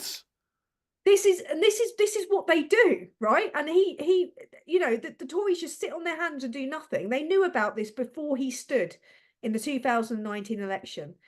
And not just that, they knew what he was capable of and let him advise on child grooming. Wow. Fuck. I mean, Well, on that cheery note, guys, I'm going to duck out because I have to get up in the morning. Yeah, Scott, I was about to say we need to wrap it up sorry, now. I've got my kind of like encyclopedic knowledge of No, Tories. it's fine. It's fine. I'm thinking like, is this the moment I can duck out? No, we'll all say goodbye. So thank you so much, Rachel, Scott, Tansky, and Darren. Thanks to everyone who has contributed in the chat and for the super chats. Massively appreciated. Massively, because we're not being funded by secret, you know, organizations. I wish we were, but if we were, they wouldn't be secret anymore. Because we'll tell you, funded by Johnny Copperhead. Johnny Copperhead, Yeah, right. Whoever Johnny Copperhead is. Johnny's gonna own your ass after a while. Who is he? That's fine. That's fine. You know, half a glass of baby sham and a many ones. Right. You should have never told me that. Fantastic. Hey, it's my birthday on Wednesday, so I'll see you next Happy week. birthday, And I'll be Graham. 45 next time you see me on Labour Social. All right. Until next time, I'll say thank you so much for watching. Hello, good evening, welcome, and goodbye. Oh, it's not doing it. It is. It is. You just can't see it. Oh, have we ended now? Ah! No, I've left the sound on because I thought it'd be funny to have the credits up and our sound still coming through. So we can all swear like troopers. We can all swear. I Do you think that have ship has any sailed, Darren. I think my ship has sailed, mate. What fucking shit? Fucking silent, isn't it? Worst fucking ship ever, mate. That ship's a cunt. But yeah. Anyway, good night, all. Good night. Love you, Graham. Love you, Taz. Love you, Darren. Love you, Rachel. Bye. Take care. Good night. Have a good weekend, everyone. Take care. Bye, Cheerioski. See you. Mwah. Mwah. Mwah. Take care.